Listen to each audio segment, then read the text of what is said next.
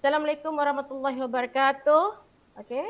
Alhamdulillah, bersyukur kita ke hadrat Ilahi dengan limpah dan kurnianya dapat kita berkumpul sekali lagi dalam satu lagi kursus peningkatan profesionalisme iaitu kursus pemantapan pembinaan rubrik dalam kalangan pensyarah diploma College Vocational Zone Perak. Okey. Untuk pengetahuan semua, kursus anjuran KVSR ini dirancang untuk semua KV Zon Perak di bawah peruntukan keuangan daripada pihak DPL TV. Okey, semoga kursus ini dapat memberi manfaat dan ilmu yang boleh kita praktikkan dalam sesi pengajaran dan pembelajaran kita. Okay, bagi memberkati kursus kita pada hari ini, bolehlah kita mulakannya dengan bacaan doa yang akan diketuai oleh Cikgu Ruzaid. Dipersilakan. Okay, terima kasih kepada Cikgu Atikah Hanom selaku pengacara majlis. Bismillahirrahmanirrahim. Assalamualaikum warahmatullahi wabarakatuh. Kita mulakan pagi ini dengan umum kitab Al-Fatihah.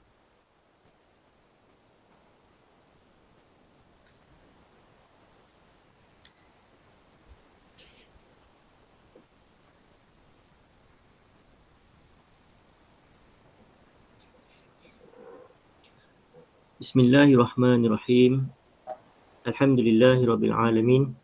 Wassalatu wassalamu ala asyrafil anbiya'i wal mursalin sayyidina Muhammadin wa ala alihi wa sahbihi ajmain. Allahumma inna nas'aluka salamata fid din wa afiyatan fil jasad wa ziyadatan fil 'ilm wa barakatan fil rizq wa taubatan qabla al maut wa rahmatan indal maut wa maghfiratan ba'dal maut. Allahumma hawin 'alaina fi sakaratil maut wan najata minan nar wal afiyatal hisab.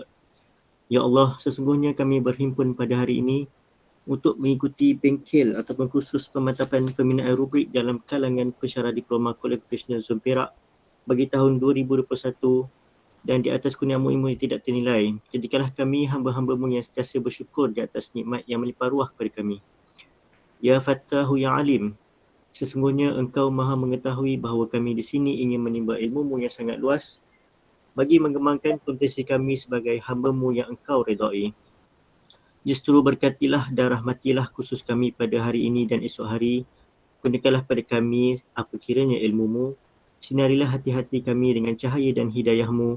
Semoga dengannya kami mudah menerima dan menghayati serta mengamalkannya. Ya Zal Jalali wal Ikram.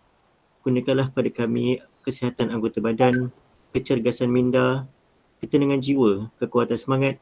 Semoga dengannya kami mampu mendepani cabaran, berdaya saing dan mampu mengangkat martabat diri, keluarga, organisasi, masyarakat dan negara kami. Allahumma ftah alaina hikmataka wa anshur alaina min khazaini rahmatika ya arhamar rahimin. Rabbi syahli sadri wa yassir li amri wahlul 'uqdatam min lisani yafqahu qawli. Rabbana hab lana min azwajina wa zurriyyatina qurrata a'yun waj'alna lil muttaqina imama. Rabbana hab lana min azwajina wa zurriyyatina qurrata a'yun waj'alna lil muttaqina imama. Rabbana zalamna anfusana wa illam taghfir lana wa tarhamna lanakunanna minal khasirin. Rabbana atina fid dunya hasanah wa fil akhirati hasanah wa qina azaban nar. Allahumma arinal haqqa haqqan warzuqna ittiba'ah wa arinal batila batilan warzuqna ijtinabah.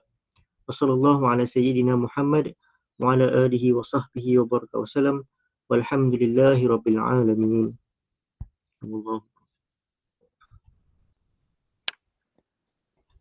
Alhamdulillah. Alright. Terima kasih Cikgu Ruzaid di atas bacaan doa sebentar tadi. Okay.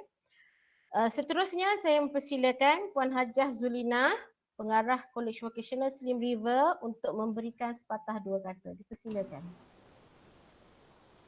Baik, terima kasih. Selaku moderator, dengar ya suara saya? Dengar? Okey. Okey, bismillahirrahmanirrahim. Assalamualaikum warahmatullahi wabarakatuh dan salam sejahtera. Yang dihormati Tuan Haji Rashid bin Ahmad, pengarah KV Kerian merangkap pengurusi zon Perak.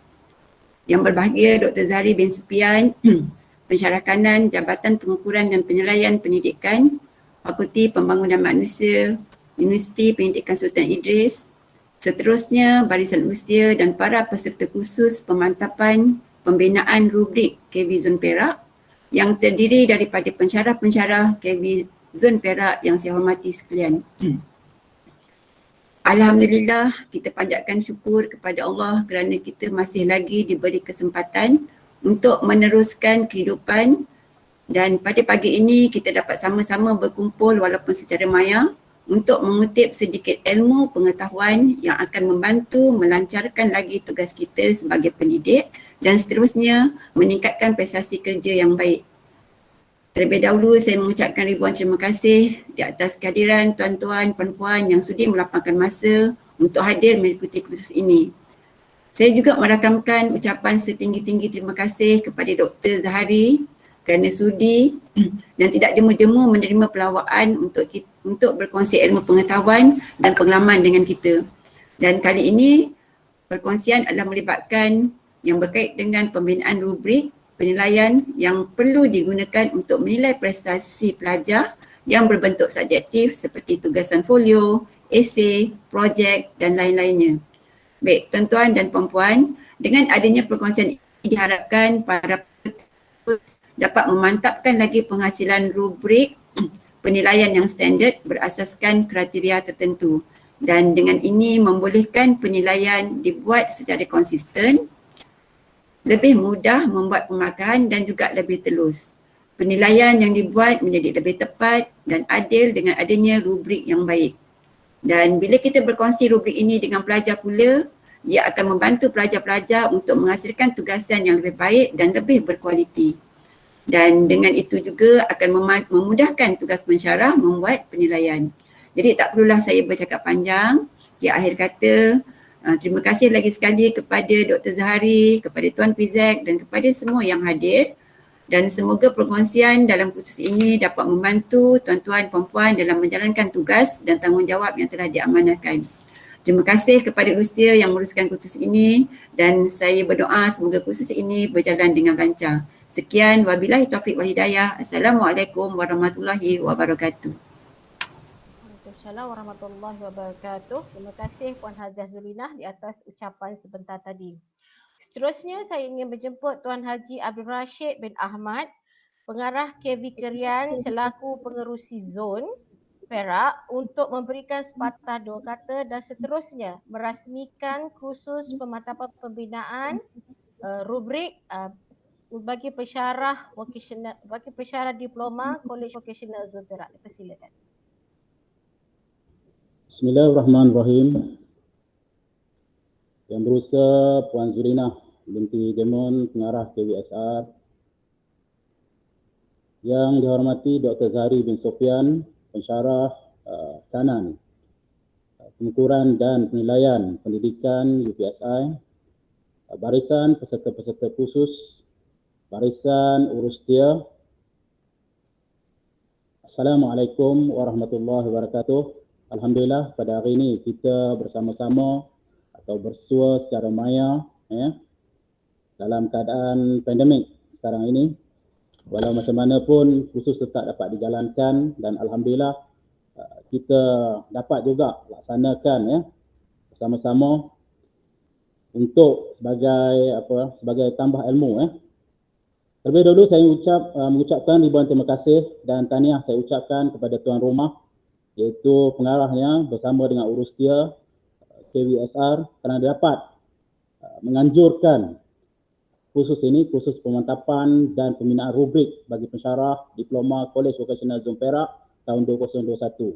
Banyak kursus yang telah dijalankan oleh KVSR melalui peruntukan BPRTV dan saya ucapkan ribuan terima kasih dan tahniah kerana banyak melibatkan aktiviti terutamanya pensyarah-pensyarah di dalam Zon Perak.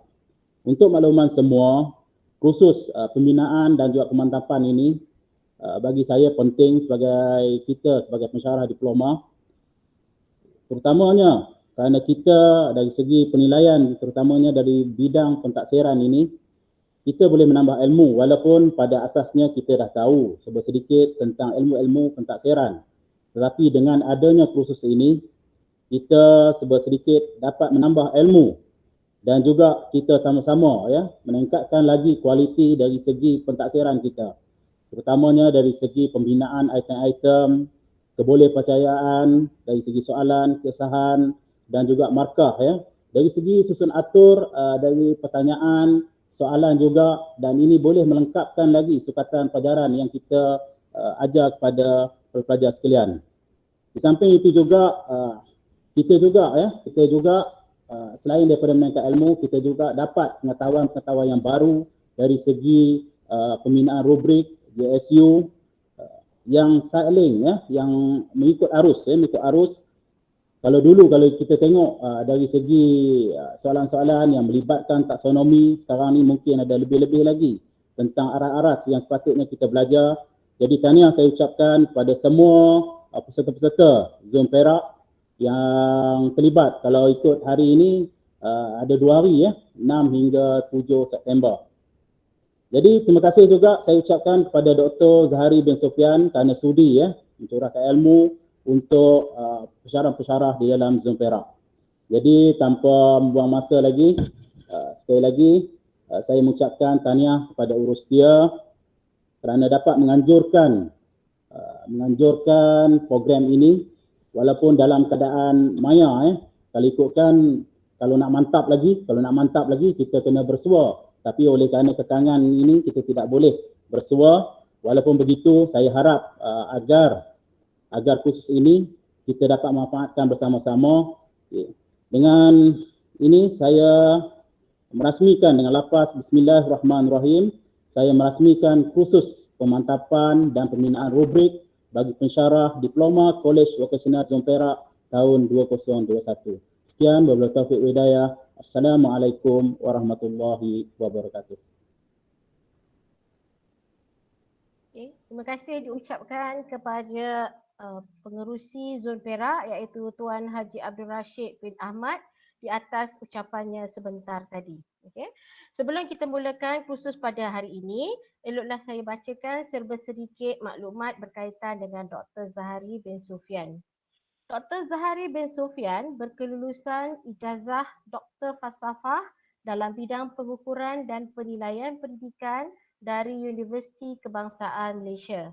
Beliau pernah menjadi seorang guru matematik di Maktab Rendah Sains Semara, Langkawi. Selepas itu, beliau menyambung pengajian dan sekarang bertugas sebagai pensyarah bidang pengukuran dan penilaian pendidikan di Fakulti Pembangunan Manusia Universiti Pendidikan Sultan Idris. Okay, tanpa membuang masa lagi, eloklah kita mulakan kursus kita pada hari ini. Sebelum itu, diminta semua pensyarah untuk membuka kamera bagi mengambil gambar. Sementara ada pengerusi Zon Perak pagi ni kan. Okey, kita ambil gambar dulu. Tengok muka semua yang ada. Banyak gitulah. Buka kamera ya. Buka semua. Nanti Ashraf tolong kira ya. Okey, kejap. Tengah tunggu okey. Ada 46 ni kalau ikutkan semua ni.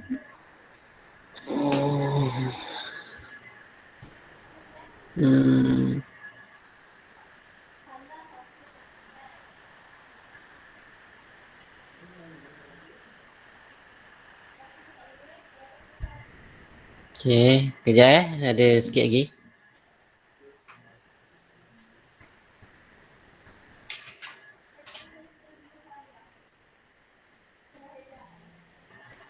Okey, boleh kot? Semua ready Okey, 3, 2, 1. Sekejap, sekali lagi. Okey. 3, 2, 1. Okey, freestyle last.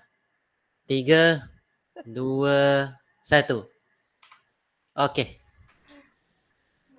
Terima kasih kepada semua pensyarah, Tuan Haji Rashid, Puan Hajah Zelina.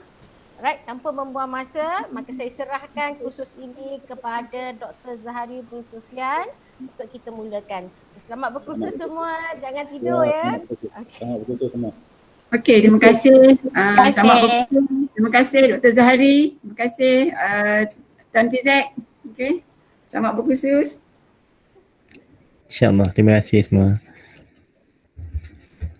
Okay, Assalamualaikum warahmatullahi wabarakatuh. Salam sejahtera. Bismillahirrahmanirrahim. Alhamdulillahirabbil alamin. Wassalatu wassalamu ala sayyidina Muhammadin wa ala alihi wa sahbihi ajma'in. Rabbi syrah li sadri wa yassir li amri wa hlul 'uqdatam min lisani yafqahu qawli. Subhanaka la ilma lana illa ma 'allamtana innaka antal alimul hakim. Wa la haula wa la quwwata illa billahil aliyyil azim. Suara saya clear ke? Boleh dengar? Okey, clear. Okey, baik. Terima kasih. Yang bahagia Puan Haji Azlina binti Jamon, pengarah KB Slim River, dan juga Tuan Haji Abdul Rashid bin Ahmad, pengarah Kolej Vocational Krian dan juga pengurusi Zon Perak ya.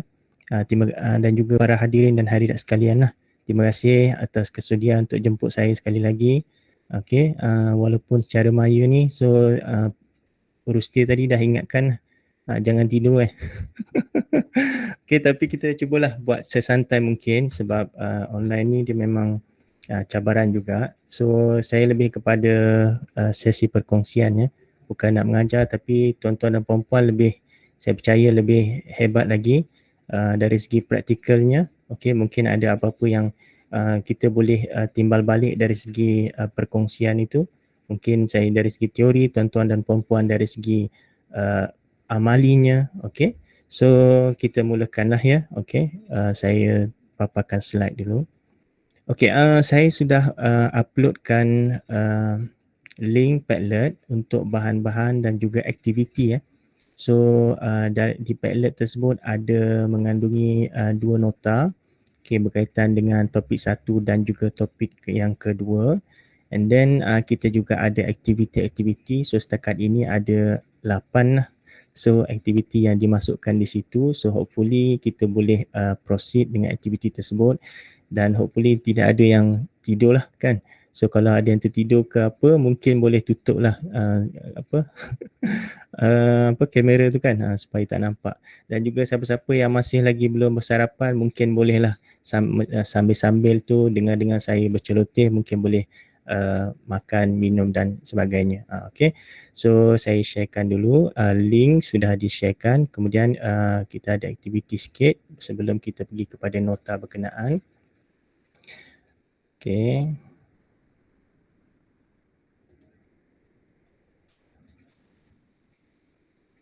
Okay, kita mulakan dengan pengenalan kepada rubrik penskoran dulu.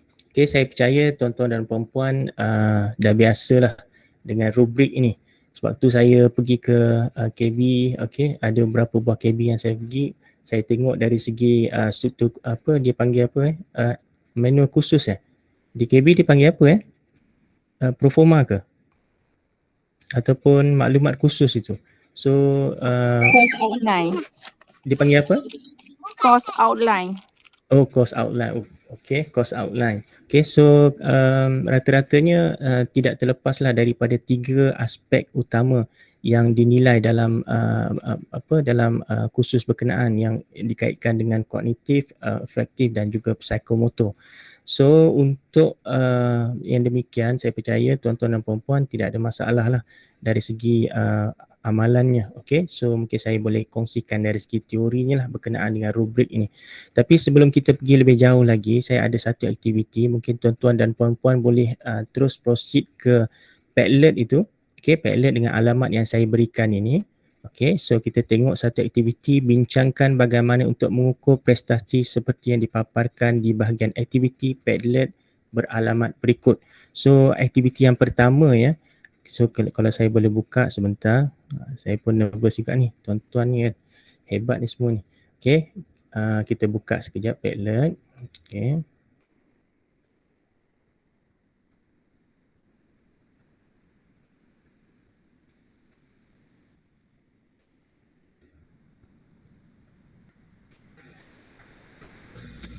Okay. Boleh nampak So aktiviti yang pertama, bincangkan bagaimana untuk mengukur prestasi berikut ni lah. Saya ada 3, okay, ada 2 video dan juga satu berkaitan dengan bagaimana nak menjawab ni, iaitu aneka pilihan, soalan objektif aneka pilihan. Okey, kita tengok video ni. So kalau untuk video ni, okey, mungkin saya boleh besarkan. Kita tengok sekejap. Tak nampak lah. Tak nampak kejap Oh okey, skrin dia ada problem. Okey. Saya cuba lagi sekali.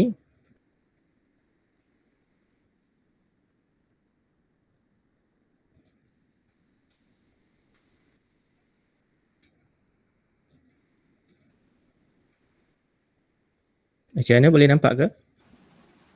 Tak keluar. Tak keluar juga Okey, sekejap Boleh nampak? Okey. Okey, ada. Oh, ada. Boleh Okey, baik. Itu cabaran-cabaran tu. Okey. So kita tengok untuk video yang ini. Okey. Mungkin kita boleh tengok separuh lah. Untuk kategori merupakan anak pertama daripada 2 orang adik-beradik, minat membaca dan bercita-cita menjadi seorang doktor gigi. Assalamualaikum, hai kawan-kawan dan barisan juri yang alif lagi bijaksana. Nama saya Amira Alia. Nama saya 5 tahun. Saya dari Topika Kemas Kampung Kuala Balingan dari Sarawak. Hari ini saya akan berkongsi cerita anak kucing belakang harimau. Di sebuah hutan tinggal seekor anak kucing bersama ibunya. Anak kucing itu sangat comel. Okey, saya rasa cukuplah tu. Kalau tuan-tuan dan puan-puan semua berminat, boleh continue lah untuk tengok video di Padlet berkenaan. So, pada pandangan tuan-tuan dan puan-puan, macam mana kita nak ukur prestasi yang ditunjukkan melalui video ini? Kita nak guna apa sebenarnya? Ada cadangan? Boleh tak kita gunakan contohnya item aneka pilihan? Boleh tak? Boleh tak? Tak boleh, Doktor. Okey. Ataupun Tak kita sesuai, gunakan ya. essay? Tak boleh. Okey, tak sesuai. Okey, bolehkah kita gunakan essay? Tak sesuai. Tak sesuai juga. Borang markah kot. Yang sesuai macam mana kita nak ukur ni?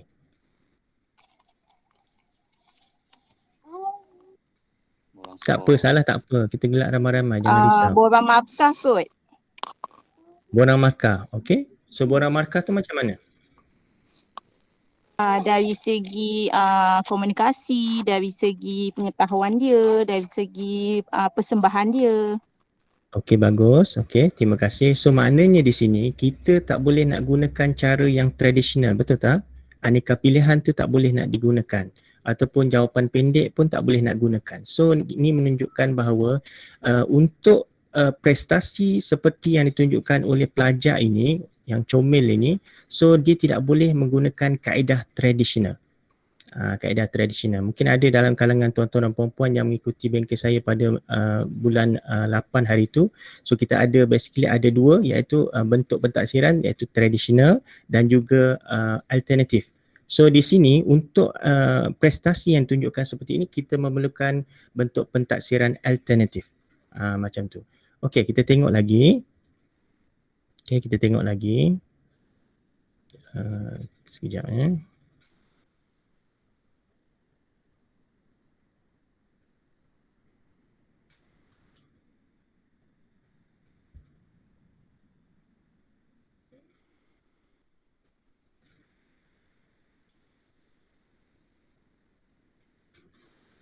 Okey, kita tengok yang kedua.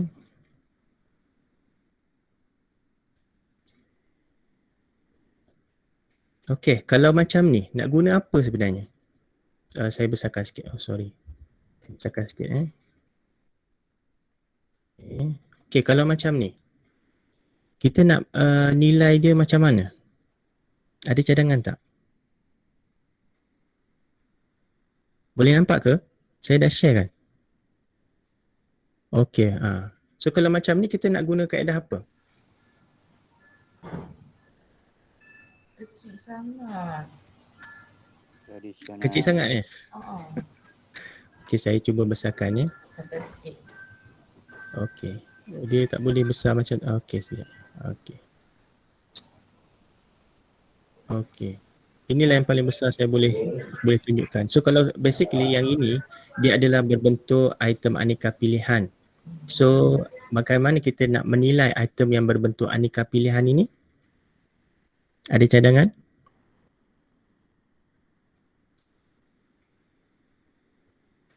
Perlu skema jawapan. Ya, okey, skema jawapan. Baik, terima kasih. Okey. So betul lah menggunakan skema jawapan. Kalau yang pertama tadi, kita ada yang menyatakan menggunakan borang permarkahan. Okey, borang permarkahan. So kita panggil dia sebagai rubrik. Okey, boleh gunakan. Kita ada juga skala kadar, kita juga ada senarai semak.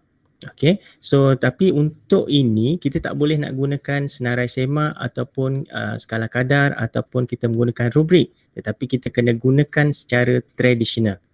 So mesti ada skema jawapan lah dan kita kena marking dia satu-satulah. Okey, tapi kalau untuk aneka pilihan ni sekarang ni dia ada mesin kan. Okey, so boleh gunakan mesin tersebut. So di sini saya nak tunjukkan ada kepelbagaian cara. Okey, kepelbagaian cara macam mana kita nak melaksanakan pentaksiran dalam konteks di bilik darjah. Okey, so maknanya bukan semua kaedah itu sesuai untuk mengukur semua prestasi yang ditunjukkan oleh pelajar. So dia ada kaedah-kaedah yang tertentu. So tugas kita sebagai seorang guru, okey, tuan-tuan dan puan-puan pensyarah, okey, apa yang kita perlu lakukan dalam konteks di bilik darjah ialah yang pertama mesti kena kenal pasti apakah hasil pembelajaran kita. Okey, hasil pembelajaran kita, and then daripada situ kita tentukan apakah kaedah yang sesuai untuk mengukur hasil pembelajaran kita. Dan untuk hari ini lebih kita fokuskan kepada pentaksiran alternatif yang sesuai untuk mengukur pentaksiran alternatif ini iaitu rubrik, skala kadar dan juga senarai semak. Okey, kita juga ada portfolio tetapi kita bincangkan hanya setakat untuk rubrik sahajalah. Okey, so kita pergi kepada nota kita. Sekejap ya. Saya stopkan.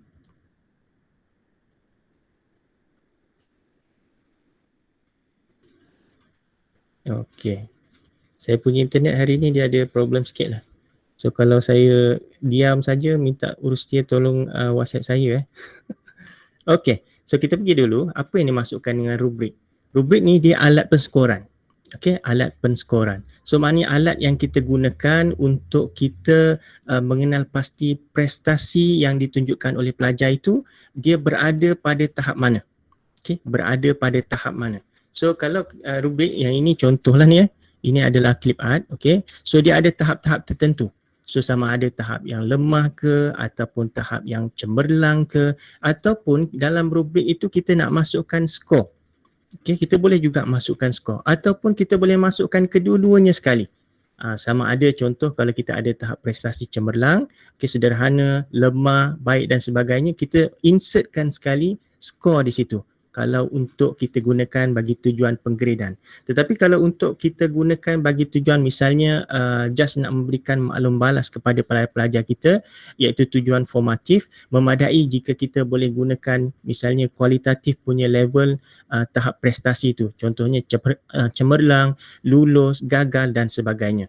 Itu akan memberikan indikator maklum balas kepada para pelajar kita dia berada di tahap mana. Bagusnya kita rubrik ini dia berbeza daripada skala kadar dan juga senarai semak ialah dia ada satu yang istimewa yang dipanggil sebagai deskripsi. Okey, deskripsi maknanya pernyataan-pernyataan yang ditulis di tengah-tengah ini.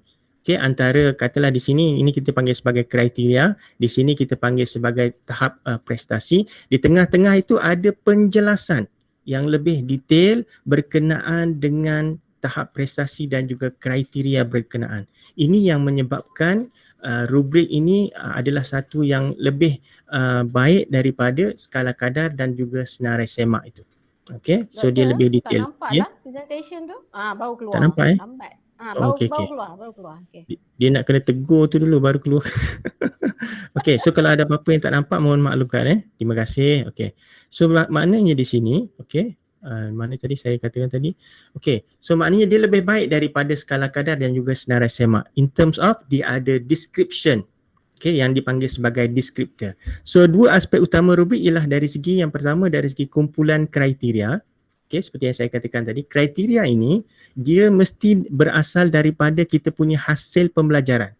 Okay, kumpulan kriteria ini daripada hasil pembelajaran. Okay, saya besarkan sikit. Okay. Kumpulan kriteria ini diperoleh daripada mana? Daripada hasil pembelajaran kita itu. So mungkin dalam satu rubrik itu dia ada satu kriteria. Mungkin, okay? Sebab dia itu adalah kriteria yang paling tepat menggambarkan hasil pembelajaran itu. Ataupun mungkin bagi satu hasil pembelajaran itu dia boleh lebih daripada satu, mungkin lebih dua dan sebagainya. So maknanya bergantung kepada sejauh mana besarnya kita punya hasil pembelajaran itu. That's why bila kita sebagai seorang guru, first kita kena tentukan apa hasil pembelajaran yang kita nak capai. Bukan kita nak capai, yang pelajar kita nak capai. Macam tu. Dan kita baru pecahkan dia kepada kriteria-kriteria yang boleh mewakili kita punya hasil pembelajaran berkenaan. Macam tu. Itu nanti step nanti kita akan tentukanlah nanti. Okay. So rubrik yang berkesan mempunyai kriteria yang sesuai dan deskripsi prestasi yang ditulis dengan baik. Maknanya rubrik ini walaupun pada hakikatnya dia adalah satu yang bagus, okay, bagus maknanya detail maklumat dia berbanding dengan skala kadar, berbanding dengan senarai semak. Namun jika kita bina dia dengan tak betul itu maknanya dari segi deskriptornya tak tepat, dari segi dia punya kriterianya tak tepat, kemudian dari segi misalnya dari segi dia punya tahap prestasinya tidak memenuhi ataupun menggambarkan hasil pembelajaran, maka dia pun jadi useless. Alat tersebut. So dia tidak berguna. Macam tu. Kenapa? Bila tak tepat ke semua itu, maka gambaran prestasi yang ditunjukkan pelajar pun tak tepat bila kita nilainya. Macam tu. Sehingga kita membuatkan keputusan yang tak tepat berkenaan dengan prestasi yang ditunjukkan oleh pelajar. Sepatutnya mungkin pelajar boleh skor lebih lagi. Tetapi oleh kerana rubrik kita ini sebenarnya bermasalah, okay, dari segi kesahannya mungkin kurang. So menyebabkan kita punya interpretasi pun kurang juga. Macam tu. Okay, that's why walaupun dia sangat bagus, maka dia kena bina dengan bagus juga. Okay, maknanya dari segi kualiti itu. Penjelasan itu perlulah detail. Okay, kemudian kita tengokkan. Okay, tujuan dia kita menggunakan rubrik adalah untuk menilai prestasi yang merupakan indikator bagi hasil pembelajaran itu. Maknanya daripada satu hasil pembelajaran, okay, daripada satu hasil pembelajaran, kita boleh pecahkan kepada prestasi-prestasi. Okay, kita boleh pecahkan kepada prestasi-prestasi. Mungkin satu hasil pembelajaran tu hanya satu je prestasi, okay, pada masa tersebut. So, tak apalah, bolehlah gunakan prestasi berkenaan. Tetapi mungkin hasil pelajaran ni, dia terlalu besar. So, bila terlalu besar, kita kena pecahkan. Contohnya, menjalankan eksperimen mengikut langkah yang ditetapkan. Itu hasil pembelajaran dia. So, dalam menjalankan eksperimen tu, dia ada menganalisis, dia ada merancang. So, itu perlu dipecahkan kepada prestasi-prestasi itu. So, maknanya bila kita membina rubrik, bukan semata-mata berdasarkan kepada tugasan semata-mata. Maknanya kita, daripada hasil pembelajaran tu, kita tentukan tugasan, yes, betul. So, maknanya indikator yang kita ukur itu, cuba nak ukur ialah berdasarkan hasil pembelajaran itu. Yang diterjemahkan melalui task ataupun tugasan yang pelajar perlu laksanakan itu. Contoh tadi, melaksanakan eksperimen mengikut prosedur yang ditetapkan. So of course, tasknya ialah menjalankan eksperimen. Task dia ialah menjalankan eksperimen. So apa prestasi dia untuk membolehkan ataupun yang akan ditunjukkan hasil daripada menjalankan eksperimen tu? Contohnya dia boleh merancang, dia boleh menggunakan alatan. So ini semua kita kena kenal pasti. Kita kena kenal pasti. Maknanya kita kena cerakinkan kita punya hasil pembelajaran itu kepada prestasi-prestasi yang dikehendaki. Dan barulah kita boleh bina kita punya rubrik penskoran yang nak digunakan itu. Okey, setakat ni jelas tak? Ada apa-apa nak tanya? Jelas betul. Alhamdulillah. Okey, baik. So di sini kita ada dua jenis prestasi. Okey, ada dua jenis prestasi. So iaitu proses dan juga produk. Okey, proses ni di mana kita memerhatikan pelajar. So kita lihatlah pelajar dalam proses melakukan sesuatu. Contohnya amali solat. Slide tak bergerak lah tu. Oh, slide tak bergerak ya? Okay, dah bergerak. Gerak dia nak kena tegur juga tu. Okey. Okey, baik So proses iaitu memerhatikan pelajar dalam proses melakukan sesuatu. So amali solat. So maknanya pelajar perform the task. So dari situ kita lihat ini yang dipanggil sebagai proses. Okey, yang ini yang dipanggil sebagai proses. Manakala untuk produk, hasilnya lah. Hasilnya, maknanya pelajar menghasilkan sesuatu. Contohnya macam rak kasut ataupun mungkin dia menghasilkan litar elektronik. Okey, so hasil akhir itu yang dipanggil sebagai produk. So terpulang kepada kita, okey, berdasarkan kepada hasil pembelajaran itu, kita nak tengok proses ke ataupun produk. Nak tengok kedua-dua pun boleh, tak ada masalah. Yang penting misalnya proses itu jelas, okey, dia punya langkah demi langkah itu jelas, okey, produk itu boleh dihasilkan tak mahal dan sebagainya. Tapi bergantung kepada apa? Bergantung kepada hasil pembelajaran yang terdapat dalam kita punya dokumen kurikulum. Okey, di SKP dan sebagainya. So contoh untuk proses seperti kemahiran dah gerak belum slide-nya? Okey, dah gerak. Okey, untuk jenis prestasi proses. Okey, contoh misalnya kemahiran fizikal. Okey, kemahiran fizikal, penggunaan peralatan. Ini selarilah dengan KV kan. Mungkin dari segi bengkel dan sebagainya ada penggunaan peralatan-peralatan tertentu. Ataupun mungkin komunikasi lisan. Okey, ataupun tabiat kerja. Macam mana dia boleh bekerja secara individu ke, dia boleh bekerja secara grup ke dan sebagainya. Contohnya lah memainkan alat muzik, melakukan gulingan ke hadapan, ni PJ lah, okey, berguling-guling kan, menyediakan slide mikroskop, membuat ucapan di hadapan kelas, membaca dengan kuat, bertutur dalam bahasa asing, bekerja secara bebas. Maknanya kita lihat dia melaksanakan tugasan berkenaan. Kita melihat dia melaksanakan tugasan berkenaan. Okey, khususnya dalam konteks pandemik sekarang ini, kalau kita lihat, kita tak boleh nak buat misalnya amali secara fizikal lah. Okey, so mungkin pelajar boleh cari bahan, okey, and then dia laksanakan amali, and then dia kena rakam dalam video. So kita kena jelas di situ.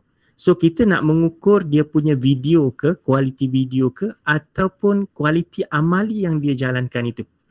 Kalau kita punya penilaian ataupun rubrik penskoran itu kita memasukkan kualiti video, okey, sedangkan hasil pembelajaran kita tidak ada untuk mengukur kualiti video itu. Itu kita dah berlaku tidak adil kepada para pelajar kita. So maknanya dia hanya kemahiran-kemahiran melaksanakan amali itu yang diukur dalam kita punya rubrik. Dan bukannya dari segi kualiti, misalnya kualiti video, suara jelas ataupun tidak, kecuali dia ada dalam hasil pembelajaran kita. Okey, kalau untuk produk, objek yang dibina, karangan, tema, laporan kertas kerja bertulis, okey, laporan lah, okey, laporan projek, produk akademik lain yang menunjukkan pemahaman tentang konsep. Okey, so maknanya hasil daripada proses itu tadi. So sama ada misalnya set kimpalan, apron, lukisan, cair, laporan makmal, model ataupun rajah struktur, okey, peta konsep dan sebagainya. So yang penting mesti daripada hasil pembelajaran. Sebab kadang-kadang terkeliru. Okey, terkeliru. Okey, terkeliru macam mana? Kita mengukur tugasan itu, bukan kita mengukur hasil pembelajaran. Lagi satu, lagi berbahaya kalau tugasan itu tidak selari dengan hasil pembelajaran, maka kriterianya pun tak tepat untuk menggambarkan hasil pembelajaran berkenaan. So apabila hasil pembelajaran melibatkan perkara yang dilakukan, maknanya dibuat, dikatakan atau ditulis oleh pelajar, maka rubrik merupakan kaedah yang terbaik untuk menilai.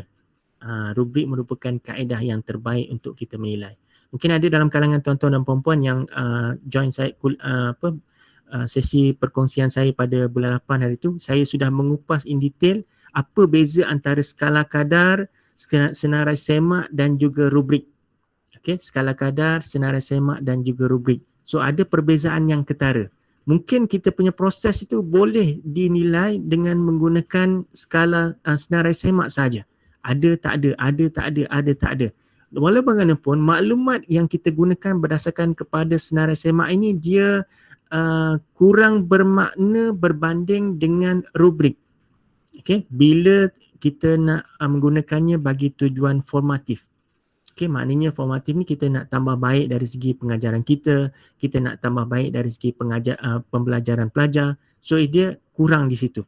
Kenapa? Sebab dia tidak ada description yang detail berkenaan dengan tahap prestasi berkenaan. Okey, begitulah juga dengan skala kadar. Walaupun dia ada kita boleh lihat dari segi dia ada kriterianya juga dan dia juga ada tahap-tahap prestasinya. Misalnya cemerlang, sederhana dan juga lemah. Okey, tetapi dia hanya tik saja. Itu untuk skala kadar. Kita hanya tik saja. Kriteria 1 katalah dia berada cemerlang. Kita tik sahaja di situ. Dan ini pun masih lagi kurang berbanding dengan menggunakan rubrik itu tadi. Rubrik itu lagi mantap, lagi jelas kalau kita nak gunakan untuk tujuan formatif itu. Okey. So kita kena clear lah apakah tujuan kita menggunakan alat pentaksiran berkenaan. Sama ada kita nak gunakan mengikut formatif ataupun sumatif. So kalau gunakan untuk sumatif, so skala kadar dan juga senarai semak itu tak ada masalah. Boleh digunakan. Sebab dia tidak memerlukan deskripsi yang begitu detail. Okey, sehingga menyebabkan nak tambah baik apa lagi kepada pelajar itu. Berbanding dengan menggunakan rubrik itu, dia adalah detail. Okey, aktiviti 1. Okey, anda dikehendaki untuk mendapatkan satu contoh rubrik persekolahan di internet. Kenal pasti sama ada rubrik tersebut merupakan rubrik yang mentaksir produk ataupun proses. Dan berikan justifikasi anda mengapa anda berpandangan sedemikian. And then muat naik rubrik persekolahan dan justifikasi anda di lajur aktiviti 1 pada Padlet yang beralamat seperti yang saya berikan sebelum ini. So mungkin saya boleh berikan masa selama 5 minit, boleh kan? Boleh tak? Boleh tak? Tuan-tuan dan puan-puan? Is it okay? 5 minit ke 10 minit? Just search saja rubrik. Okay, contoh-contoh rubrik yang ada di internet and then upload dalam Padlet itu. Okay, boleh upload dalam Padlet and then nyatakan sama ada dia rubrik proses ataupun rubrik produk ataupun mungkin ianya adalah kedua-duanya. Okay, silakan sebab kita akan gunakan lagi maklumat berkenaan dalam aktiviti yang akan datang. Silakan. So dalam masa 5 minit lah.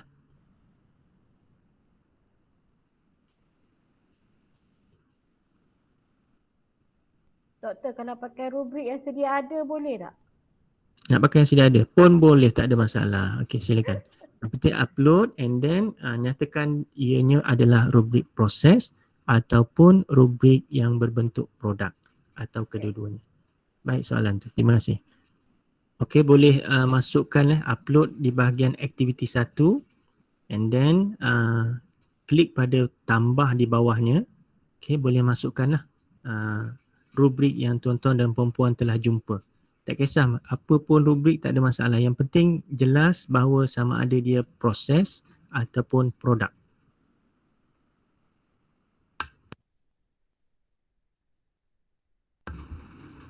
Okey, saya dah nampak dah 3-4 rubrik telah di-upload. So yang lain mungkin boleh buat juga aktiviti berkenaan. Okey, ada rubrik proses, rubrik produk. Okey. Terpulang kepada tuan-tuan dan puan-puan nak upload yang sedia ada ataupun yang dapat daripada internet pun boleh. Okey, ada juga yang rubrik gabungan ya. Okey, baik. Okey, kita tengok 2 ataupun 3 rubrik berkenaan. Okey, ini yang first.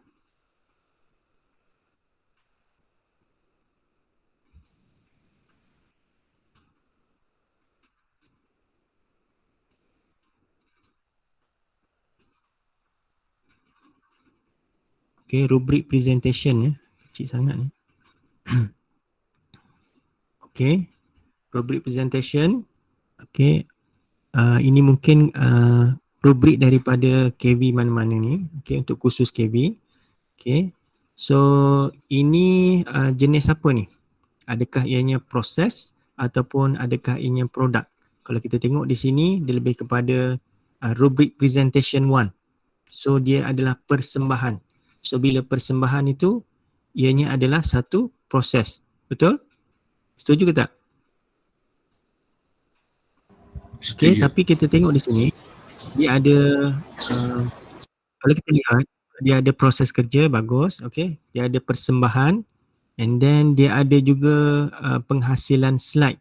So kalau ianya tidak ada dalam kita punya hasil pembelajaran, mungkin yang ini kena check lagi. Okey, kesesuaian dia. Okey, sebab kalau kita memasukkan benda-benda yang mekanik, misalnya bahasa, okey, yang tidak ada dalam kita punya hasil pembelajaran, maka kita dah mengukur benda yang di luar daripada hasil pembelajaran berkenaan, maka kita akan dapat gambaran yang tak tepat. Okey, tak apa. Terima kasih. Okey, seterusnya kita tengok.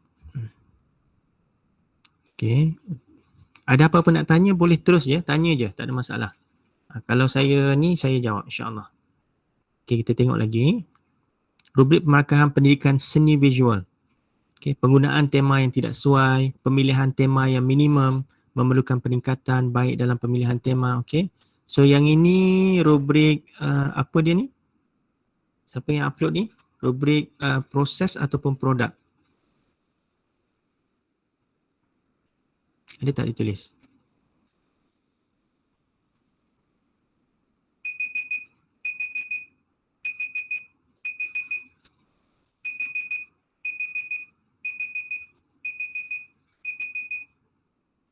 Okay. So sikap dan sahsiah, okay, kekemasan, kemahiran, okay, kreativiti, pengabdian aspek seni dalam hasil karya. So kalau hasil karya itu berbentuk macam lukisan ataupun benda-benda yang kita boleh pegang, so ini dia akan kita panggil sebagai produk lah. Okay. Tetapi ada juga sikap diukur tu. Okay, ada di kemahiran, mungkin okey kalau untuk pentaksiran prestasi dia boleh juga melibatkan lebih daripada satu hasil pembelajaran. Lebih daripada satu hasil pembelajaran. Maksudnya di sini okey mungkin ada hasil pembelajaran yang menghendaki pelajar kita itu melakukan kemahiran-kemahiran tertentu. Okey, that's why mungkin ada kemahiran di sini. Dan juga mungkin ada hasil pembelajaran berkaitan dengan kekemasan. So maknanya yang ini boleh. Tetapi kalau tidak ada dalam hasil pelajaran kita itu, so maka kita kena fikirkan semula. Dari segi kekemasan, dari segi sikap dan sebagainya. Okey, terima kasih. Okey, kita tengok yang lain pula. Satu lagi, mungkin. Doktor, tak nampak lah ke saya je yang tak nampak ni? Tak nampak Tak nampak presentasi. Saya pun tak nampak. Oh, ya ke? Ada gang. Tak ada. Okey.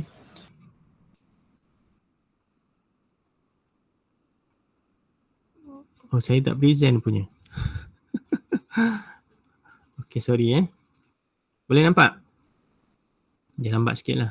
Laptop ni dia macam tuan dia lambat sikit. Sekejap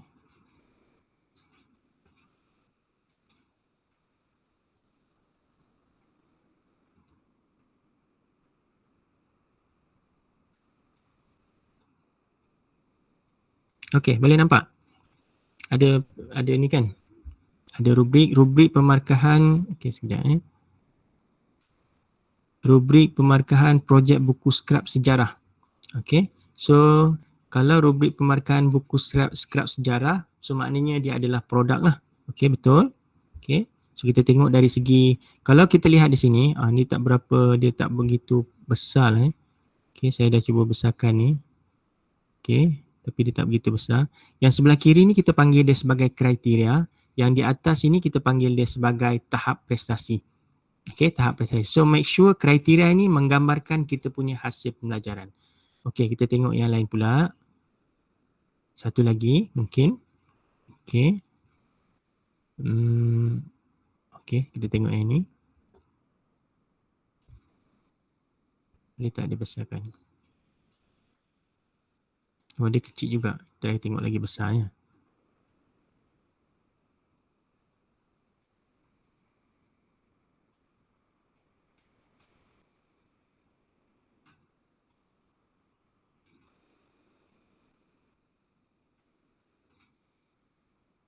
Okey. So ini saya rasa clear.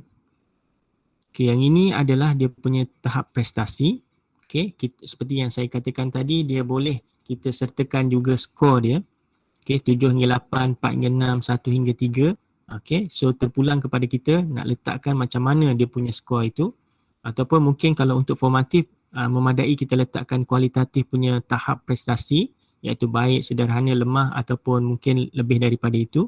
Yang ini kriteria ini berdasarkan kepada kita punya hasil pembelajaran itu. Okay, hasil pembelajaran itu. Dan ini yang dipanggil sebagai deskriptor. Okay, ianya mestilah jelas. Mestilah jelas menggambarkan misalnya contoh struktur pembentangan. So memiliki semua ciri berikut. Dia ada mempunyai pendahuluan, menyatakan tajuk serta sedikit ulasan, penjelasan yang amat baik, kesimpulan atau rumusan yang sangat meyakinkan. Okay, so di sini kalau kita lihat markahnya ialah 7 hingga 8. So kita ada 4 kriteria di sini. So untuk itu dia mestilah untuk mendapat 8 markah dia mesti betul keempat-empatnya.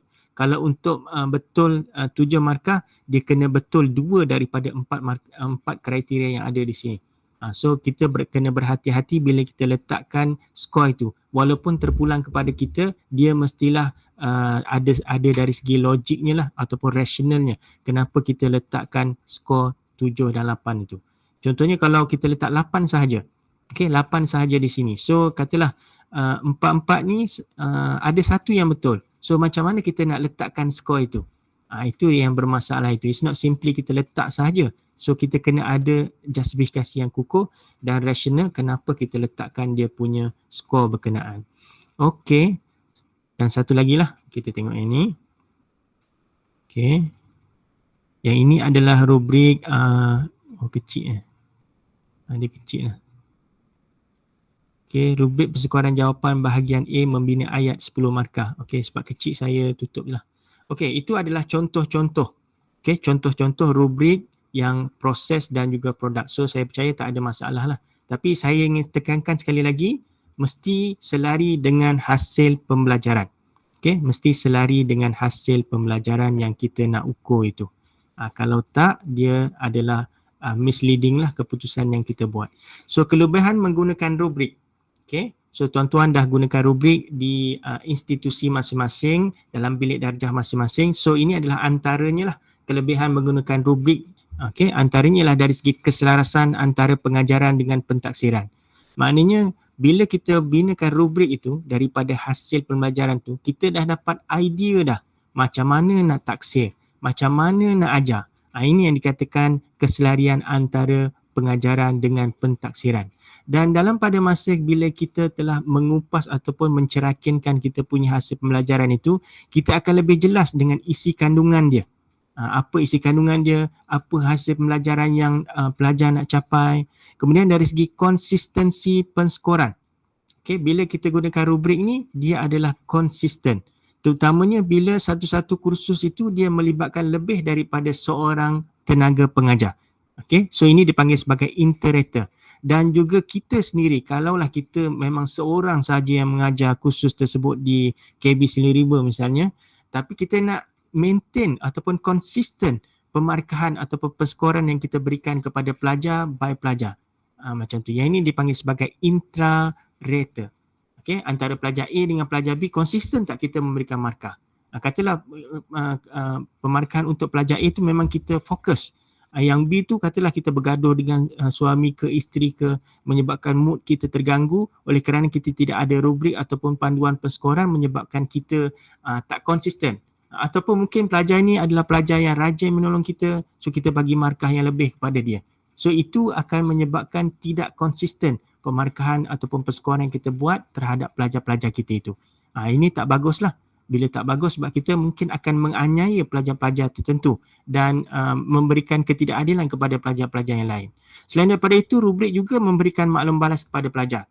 Okay, memberikan maklum balas. Kalau tuan-tuan dan puan-puan ingat dia punya deskriptor itu sangat penting ditulis dengan begitu baik supaya ianya dapat menjelaskan apa tahap prestasi, penjelasan tentang tahap prestasi dan juga kriteria yang kita nak ukur pada kita punya rubrik itu. Dan bila pelajar dapat dia punya rubrik itu yang telah ditulis dengan baik, okay, dia tahu okay, untuk dapat markah yang misalnya markah lulus contohnya, katalah 50%. Okay, nak dapat tu apa kriteria yang dia perlu penuhi. Apa kriteria yang dia perlu penuhi. So itu secara tak langsung menyebabkan dia berlaku self-reflection. Adakah tugasan yang aku lakukan ini mencapai tahap yang ditetapkan? Yang seperti yang dinyatakan dalam rubrik yang cikgu beri ni. Macam tu. Itu akan menggalakkan dia berfikir ataupun panggil sebagai self-reflection. Salah satu ciri yang diperlukan dalam konteks sekarang ini. Macam tu. So maknanya dia akan berlaku pembelajaran dalam diri dia. Oh, yang ini masih lagi tak cukup. Yang ini masih lagi kurang. So perlu buat ini untuk mencapai tahap, misalnya tahap lulus. Katalah nak dapat markah penuh. Macam mana? Apa kriteria yang perlu ada? So ini akan memberikan maklum balas kepada para pelajar kita. Tetapi kita juga sebagai tenaga pengajar, sebagai pensyarah, kita boleh juga bimbing pelajar kita untuk menggunakan rubrik berkenaan. Mungkin pada peringkat awal dia tak tahu macam mana nak gunakan. So kita boleh bimbing dia di peringkat awal. That's why sebelum kita memberikan kita punya tugasan, tugasan prestasi kepada pelajar, so kita beri dia bersama-sama dengan rubrik. Ada kalanya ada cadangan juga. Kita kena libatkan pelajar kita untuk membina rubrik itu. Ada juga yang mencadangkan sedemikian. Misalnya Brookhan. Dia ada jenis-jenis rubrik yang kita boleh libatkan pelajar untuk membina bersama-sama dengan pensyarah. Misalnya rubrik yang bersifat umum. Bersifat umum, maka kita boleh bina dengan pelajar-pelajar kita. So dia boleh bagi pandangan ataupun mana dia punya penjelasan yang tak jelas dalam kita punya rubrik tu. So secara tak langsung dia belajar. Belajar daripada situ, self-reflection dia, iaitu ini yang dipanggil sebagai pentaksiran yang yang melibatkan penilaian kendiri supaya dia tahulah apa kualiti yang hendak dicapai dalam tugasan berkenaan. Ataupun yang ini adalah kelebihan menggunakan rubrik kepada pelajar, iaitu mendorong pelajar menggunakan pemikiran kritis. Mendorong pelajar menggunakan pemikiran kritis, seperti yang saya katakan tadi, dia akan berlaku menganalisis, mensintesis maklumat sewaktu menggunakan rubrik tadi. Memahami jangkaan prestasi tugasan yang diinginkan dan bagaimana rupanya. Bagaimana rupanya. Nanti kita akan tengok bagaimana nak membina rubrik tu, dia ada top down dan juga bottom up. Kalau bottom up ni contohnya misalnya kita ada tugasan-tugasan pelajar-pelajar kita yang lepas. Kita kumpulkan and then kita sort dia. Yang ini adalah cemerlang, ini sederhana dan ini adalah yang lemah. So di situ bila kita libatkan pelajar juga, dalam kes demikian, so dia tahu, untuk mencapai cemerlang ini adalah kualiti-kualitinya. Yang ini akan memahami jangkaan prestasi tugasan yang diinginkan dan bagaimana dia punya rupa tugasan berkenaan. Seterusnya ialah dari segi menganalisis dengan tepat di mana terletaknya kekuatan dan kelemahan diri. Seperti yang saya katakan tadi, kalau dia tahu untuk mencapai lulus misalnya, masih lagi belum mencapai. So dia tahu kekuatan dia. So apa yang dia perlu lakukan, itu yang penting. Bukan tahu saja, tetapi apa tindakan yang dia boleh lakukan untuk mencapai misalnya tahap lulus ataupun untuk mendapat grade yang lebih baik berbanding sedia ada itu. Dan juga bila kita berkomunikasi dengan parent ataupun pihak-pihak atasan, kita nak tunjukkan bahawa pelajar-pelajar ini, katalah pelajar-pelajar kita, dia mencapai grade sedemikian. So sewaktu parent and teacher punya conference, kita boleh tunjukkan rubrik ini beserta dengan evidennya. So ini rubriknya, ini evidennya. Tugasan yang dihasilkan oleh anak tuan-tuan dan puan-puan. Dia masih lagi belum menguasai misalnya apa-apa kreativiti dan sebagainya berdasarkan kepada rubrik ini. Dan ini adalah dia punya evidennya. So itu akan memberikan maklum balas yang lebih bermakna kepada pihak-pihak selain daripada guru dan juga pelajar itu. So aktiviti yang kedua, berdasarkan kepada pengalaman anda menggunakan rubrik perskoran di bilik darjah, jelaskan apakah kelemahan menggunakan rubrik. Yang tadi kita dah bincangkan dari segi kekuatan dia. Tetapi apakah kelemahan menggunakan rubrik sebagai alat perskoran ini? Nyatakan bagaimana anda mengatasi kelemahan berkenaan. Yang ni tak payahlah muat naik. Kan kita just sembang-sembang sajalah. Apakah kelemahan menggunakan rubrik ini? So tuan-tuan dan puan-puan yang berada di lapangan, yang sering menggunakan rubrik ni, apa sebenarnya kelemahan penggunaan rubrik selain daripada kita dah cerita macam-macam kelebihan-kelebihan yang kita telah kongsikan tadi. So pasti dia ada kelemahan dia. Macam tu. Ada siapa-siapa yang nak share dari segi kelemahan rubrik ini? Siapa? Kita sembang-sembang je. Ada? Masa penyediaan tu lama lah sebab dia kan terperinci satu item. Okey, baik. Terima kasih Cikgu Nurhayati. Puan Nurhayati daripada mana? KB mana? KB Grid. Okey, KB Grid. Okey, bagus soalan tu. So maknanya dia perlukan peruntukan masa yang kata dipanggil sebagai lebih lah untuk kita menyediakan rubrik yang berkualiti tu. Terutamanya bagi mereka yang mungkin novice dalam membina rubrik, so dia akan memakan masa yang lebih lah untuk kita peruntukkan bagi membina satu-satu rubrik tu. Dan lagi rubrik yang kita bina tu, mungkin tahun pertama kita gunakan tu setelah kita memperolehi misalnya tugasan yang dihantar oleh pelajar, hasil tugasan pelajar, daripada situ kita boleh nilai dia. Ini masih kurang lagi lah. Yang ini tidak tercakup kriteria ini. Oh, yang ini deskriptor dia tidak continuous. Ada gap-gap yang prestasi yang ditunjukkan pelajar tu tak ada dalam kita punya rubrik. Itu antara kelemahan-kelemahan dia. Dan kita sebagai pensyarah boleh tambah baik dia dari masa ke semasa. Sebab itu bila kita membina satu-satu rubrik itu, baik sekali jika dilibatkan kita punya rakan-rakan sejawat lah. Misalnya kita punya mungkin di tempat tuan-tuan dan puan-puan mungkin panggil ketua jabatan ataupun ketua panitia ataupun rakan-rakan sejawat yang mengajar kursus yang sama, dilibatkan sekali. Adakah sesuai? Yang itu lagi akan menghasilkan rubrik yang lebih validity dia lebih tinggi berbanding kita bina seorang-seorang. Tetapi kita ada peluang untuk kita tambah baik dari masa ke semasa. Ikut keperluan semasa kita. Okey, terima kasih Cikgu Nurhayati. Ada lagi kelemahan dia selain daripada itu?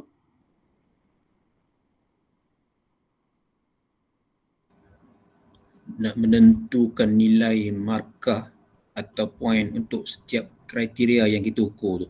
Contoh yang tadi tu macam markahnya ialah 6, 7. Jadi kita pun tak sure sebenarnya nak letak 6 ke 7. Kita punya nak menentukan dia tu 6 dan 7 kena ada rubrik lain pula. Macam tu. Okey.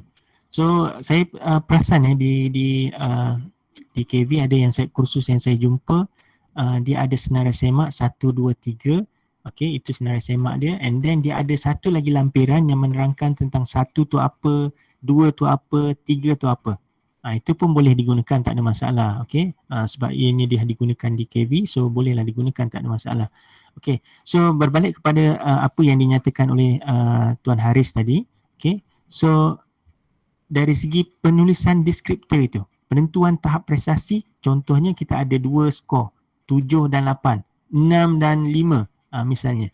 So kalaulah kata kita punya butiran yang ada dalam deskriptor itu ada 3 je, 6 dan 5. So macam mana kita nak tentukan dia 5 ataupun 6? Itu agak sukar lah. That's why tadi rubrik yang kita sharekan tadi, okay, dia ada 6, 7, dia ada 4 kriteria. So dia mesti 2 silap barulah boleh dapat 7. Kalau 4-4-nya betul, maka dia boleh dapat 8. Itu clear lah. Tetapi contoh, katalah 3 kriteria ada. Okay, daripada 4 kriteria tu, daripada 4 butiran yang terdapat dalam kriteria itu, okay, 1 je yang tak ada. So macam mana kita nak letakkan dia?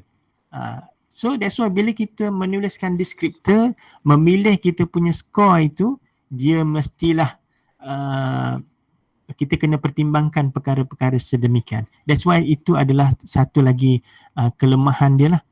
Kelemahan maknanya dia perlu ditulis dengan teliti. Okay, terima kasih Tuan Haris. Ada lagi tak selain daripada itu? So macam mana Tuan Haris mengatasinya? Menyesal pula jawabnya. Jangan letak 6, 7 je lah. Letak satu nilai saja senang. Ya, bagus. Sama ada 7, and then kriteria yang seterusnya boleh jadi 6, macam tu lah. Okey, bagus. So maknanya itu adalah cara macam mana kita nak mengatasinya lah. Even kalau kita menggunakannya analitik, seperti yang ada kriteria tu banyak kan, okay, lebih daripada 1, kita boleh letakkan pemberat dia. Mana-mana pemberat yang kita rasakan dia sangat besar menyumbang kepada prestasi dalam hasil pelajaran berkenaan. Contohnya kalau dalam laporan bertulis. So apa yang paling penting? So dalam laporan bertulis contohnya konten dia itu yang sangat penting. Okey, berbanding misalnya dari segi bahasa, okey, dari segi struktur, okey, tapi konten itu, isi kandungan itu selari tak dengan kita punya topik dan juga hasil pembelajaran kita nak ukur. So kalau itu adalah kita rasakan itu adalah yang paling penting ataupun lebih besar berbanding dengan kriteria-kriteria yang lain, so kita boleh letakkan weightage di situ. Mungkin yang lain 1, yang itu adalah 2.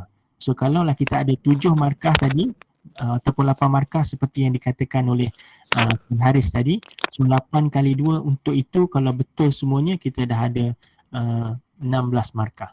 Macam tu. So itu antaranya. Ada lagi? Last, kalau ada kelemahan.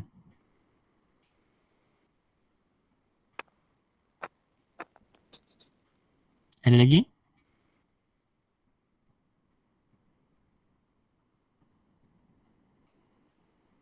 Tak ada? Ada? Okey, so tak ada. So maknanya itu adalah kelemahan-kelemahan yang kita bincangkan. Antaranya lah, mungkin tuan-tuan dan puan-puan keberatan untuk kongsikan dan sebagainya. Tetapi itu adalah antaranya yang kita masih boleh atasi. Walau bagaimanapun, walaupun ada kelemahan-kelemahan dia, kita masih lagi boleh gunakan dia. Sebab dia adalah antara alat penskoran yang terbaik untuk kita memberikan skor untuk jenis-jenis pentaksiran yang melibatkan pentaksiran prestasi itu. Macam tu. So, tapi kita kena tingkatkan dari segi kemahiran untuk menulis tadilah ataupun memilih ayat-ayat yang sesuai bagi menggambarkan kita punya rubrik. Nanti at the end saya akan kongsikan laman web yang kita boleh jadikan panduan, okay, untuk kita kenal pasti deskriptor. Contohnya kalau kita nak menulis laporan ataupun kita nak rubrik yang berkaitan dengan pembentangan. So apa dia punya deskriptor yang sering digunakan? Okey, di peringkat tetapi dalam bahasa Inggeris lah, kita tak jumpa lagi dalam bahasa Melayu. Mungkin selepas ni tuan-tuan dan puan-puan yang lebih mahir dalam bidang IT boleh sumbang untuk membina satu apps berkaitan dengan rubrik. Itu sangat membantu. Okey, so tapi kita masih lagi perlu menentukan dia punya deskriptor itu. Walau bagaimanapun at least kita ada contoh, okey, bagaimana kita nak menulis deskriptor yang sering digunakan dalam kita punya aspek yang kita nak ukur itu. Okey, seterusnya. Okey, jenis rubrik. Ini pun saya dah terangkan sebelum ini. Kita ada analitik dan juga kita ada holistik. Okey, di mana untuk yang analitik, setiap kriteria, dimensi, sifat dinilai secara berasingan. Okey, dinilai secara berasingan. Kita akan tengok nanti kekuatan dia dan kelemahan dia. Semua kriteria ataupun dimensi dinilai secara serentak untuk yang holistik. So terpulanglah kepada kita mana-mana yang kita perlukan. Nanti kita akan tengok bila kita sesuai untuk menggunakan analitik dan bila kita sesuai untuk menggunakan holistik. Ini contoh rubrik analitik, okay, di mana kita punya kriteria ini dipisah-pisahkan. Okay. Semua ini, kriteria ini walaupun dia terpisah, dia menggambarkan satu hasil pembelajaran. Maknanya dalam kita punya hasil pembelajaran, contohnya lain kontak mata, kejelasan suara, motivasi dan juga rumusan ini, mungkin dia menggambarkan keupayaan individu untuk berkomunikasi. So hasil pembelajaran kita mesti ada kaitan dengan itu. Berkomunikasi dengan berkesan misalnya di tempat awam contohnya, ataupun melaksanakan pengucapan awam, ataupun memberikan justifikasi terhadap hujah yang diberikan. Itu contoh-contoh hasil pembelajaran tu. Maka di kita punya kriteria ni, dia menggambarkan kita punya hasil pembelajaran berkenaan. Kontak mata, ada tak sesuai tak dengan komunikasi tadi? Okey, kejelasan suara sesuai tak? Motivasi ada sesuai tak dengan itu? Ataupun rumusan. Mungkin di peringkat awal bila kita cerakinkan kita punya hasil pembelajaran tu, kita ada banyak, okey, banyak kriteria. Kan? Banyak kriteria yang kita senaraikan. Tak apa. Okay, kita senaraikan dulu apa hasil pembelajaran, contohnya menjustifikasikan pandangan yang diberikan contohnya. So apa dia punya kriteria untuk menjustifikasikan itu? Isi dia. So isi kandungan itu kriteria pertama. Contohnya lagi mungkin dari segi keberanian dia ataupun keyakinan diri dia. So kita senaraikan di peringkat awal itu. Okay, and then kita combinekan mana-mana kriteria yang selari ataupun mungkin dalam kumpulan yang sama. Macam tu. Kita tak perlulah letak sampai 20 kriteria. Mungkin ada kriteria-kriteria itu yang kita boleh mergekan dia menjadi satu kriteria yang lebih besar berbanding yang lain. Yang penting apa yang saya nak maklumkan di sini, kesemua kriteria berkenaan adalah gabungan, okey, yang menterjemahkan apa yang pelajar boleh lakukan selepas daripada melaksanakan tugasan berkenaan, iaitu yang dipanggil sebagai hasil pembelajaran. Okey, dan juga ini kita ada apa yang dipanggil sebagai cemerlang, baik, sederhana. Okey, cemerlang, baik dan sederhana ini merupakan tahap prestasi dia. Okey, ini adalah tahap prestasi dia. Yang kalau dalam berbentuk tulisan seperti ini, cemerlang, baik, sederhana dan juga lemah, ini sebagai kualitatif punya tahap prestasi. Sesuai untuk bila kita melaksanakan ujian formatif. Maknanya tidak memberikan skor berbanding dengan yang tadi, yang kawan kita tunjukkan tadi, 7, 8, 5, 6 dan sebagainya.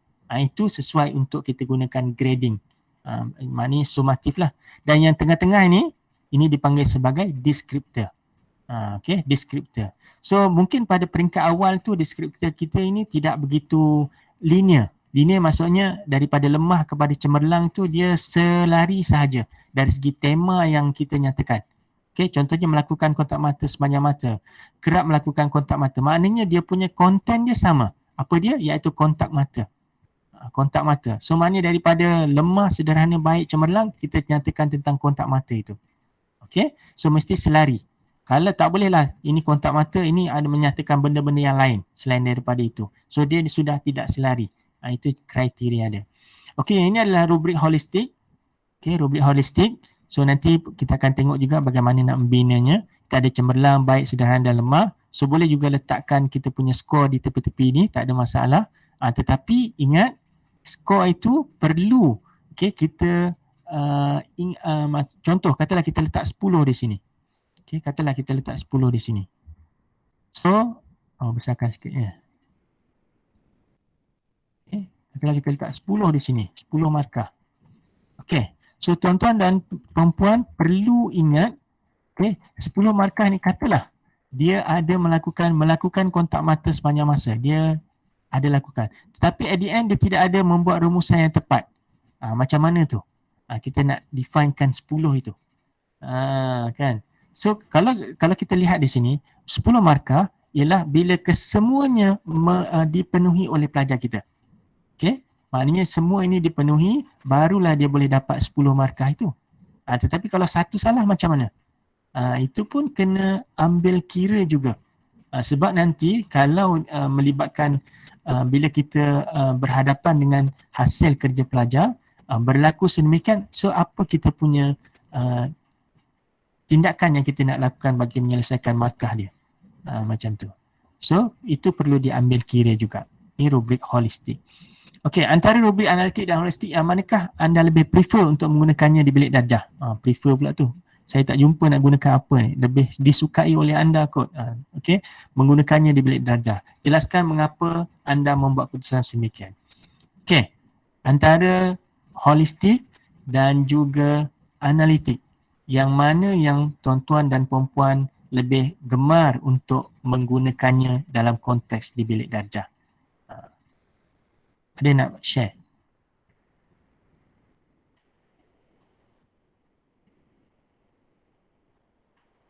Ada?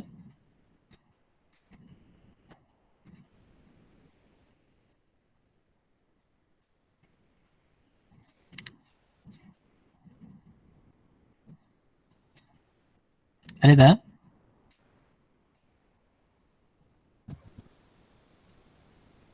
Tak apa, salah tak apa. Just sharing saja. Ya, silakan.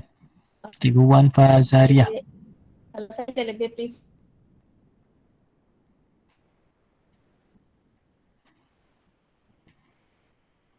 Mungkin Cikgu Wan ada masalah internet kot. mungkin juga. Ya, silakan.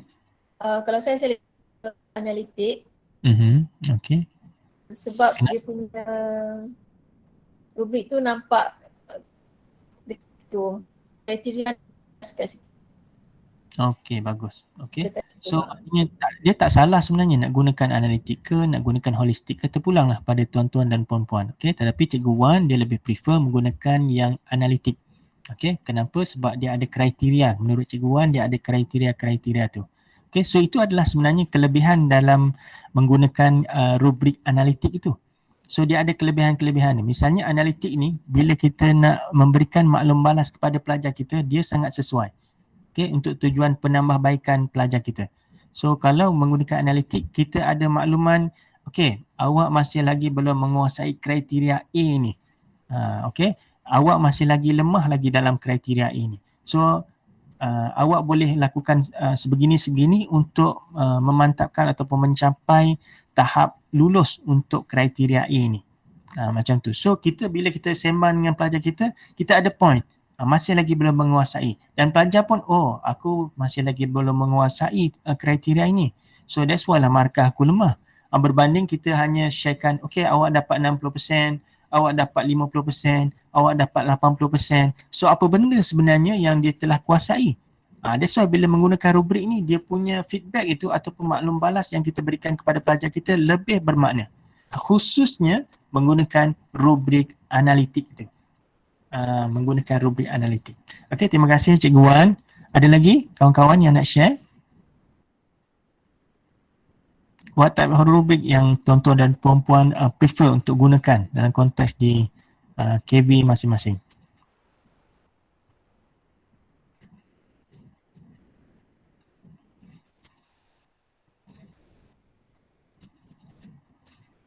Ada?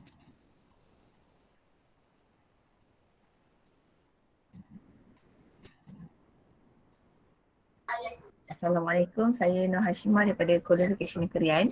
Okey, baik. Silakan. Okey, saya lebih suka guna rubrik analitik supaya pelajar nampak kriteria apa yang kita akan nilai. Jadi bila dia buat tugasan tu, dia akan berpandukan dia cuba capai apa yang rubrik yang kita dah bagi kepada pelajar. Okey, baik. Terima kasih Cikgu Nur Hashimah. Okey. So maknanya pelajar tahu apa kualiti yang dia perlu capai dan macam mana keadaan yang kualiti tersebutlah. Ini sangat bagus bila kita kongsikan rubrik berkenaan di awal.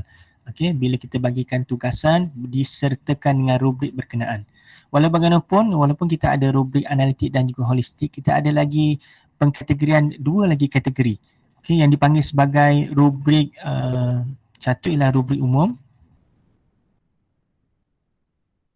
Saya bacakan ya.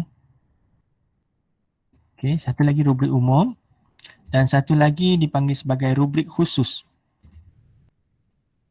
Okay. Rubrik khusus, rubrik umum ini dia contoh contohnya kita nak gunakan dalam menyelesaikan masalah. So dia ada step yang hampir sama masalah yang diselesaikan, misalnya dalam topik-topik matematik, misalnya pendaraban, pembahagian, kemudian untuk penolakan, dia ada satu proses yang sama. Okey, contohnya mengenal pasti langkah, kemudian mengenal pasti dari segi simbol-simbol dia. So itu adalah satu ciri yang umum. That's why kita boleh gunakan yang umum ini, dipanggil sebagai rubrik umum. So dalam rubrik umum, dia penyataan-penyataannya adalah secara general. Okey, tetapi untuk rubrik khusus, kita menggunakannya secara detail hanya untuk spesifik task yang kita berikan kepada pelajar kita. So contohnya kalau untuk tugasan A ini, A menggunakan kaedah ini sahaja. So hanya rubrik khusus itu sahaja yang boleh digunakan. Dan selalunya kalau rubrik khusus kita tak boleh nak share kepada pelajar kita. Dia lebih macam lebih kepada macam skema jawapan lah. So that's why pelajar akan tahu apa jawapan dia. Okay, so ini adalah pengkelasan yang lain selain daripada analitik dan juga holistik itu tadi.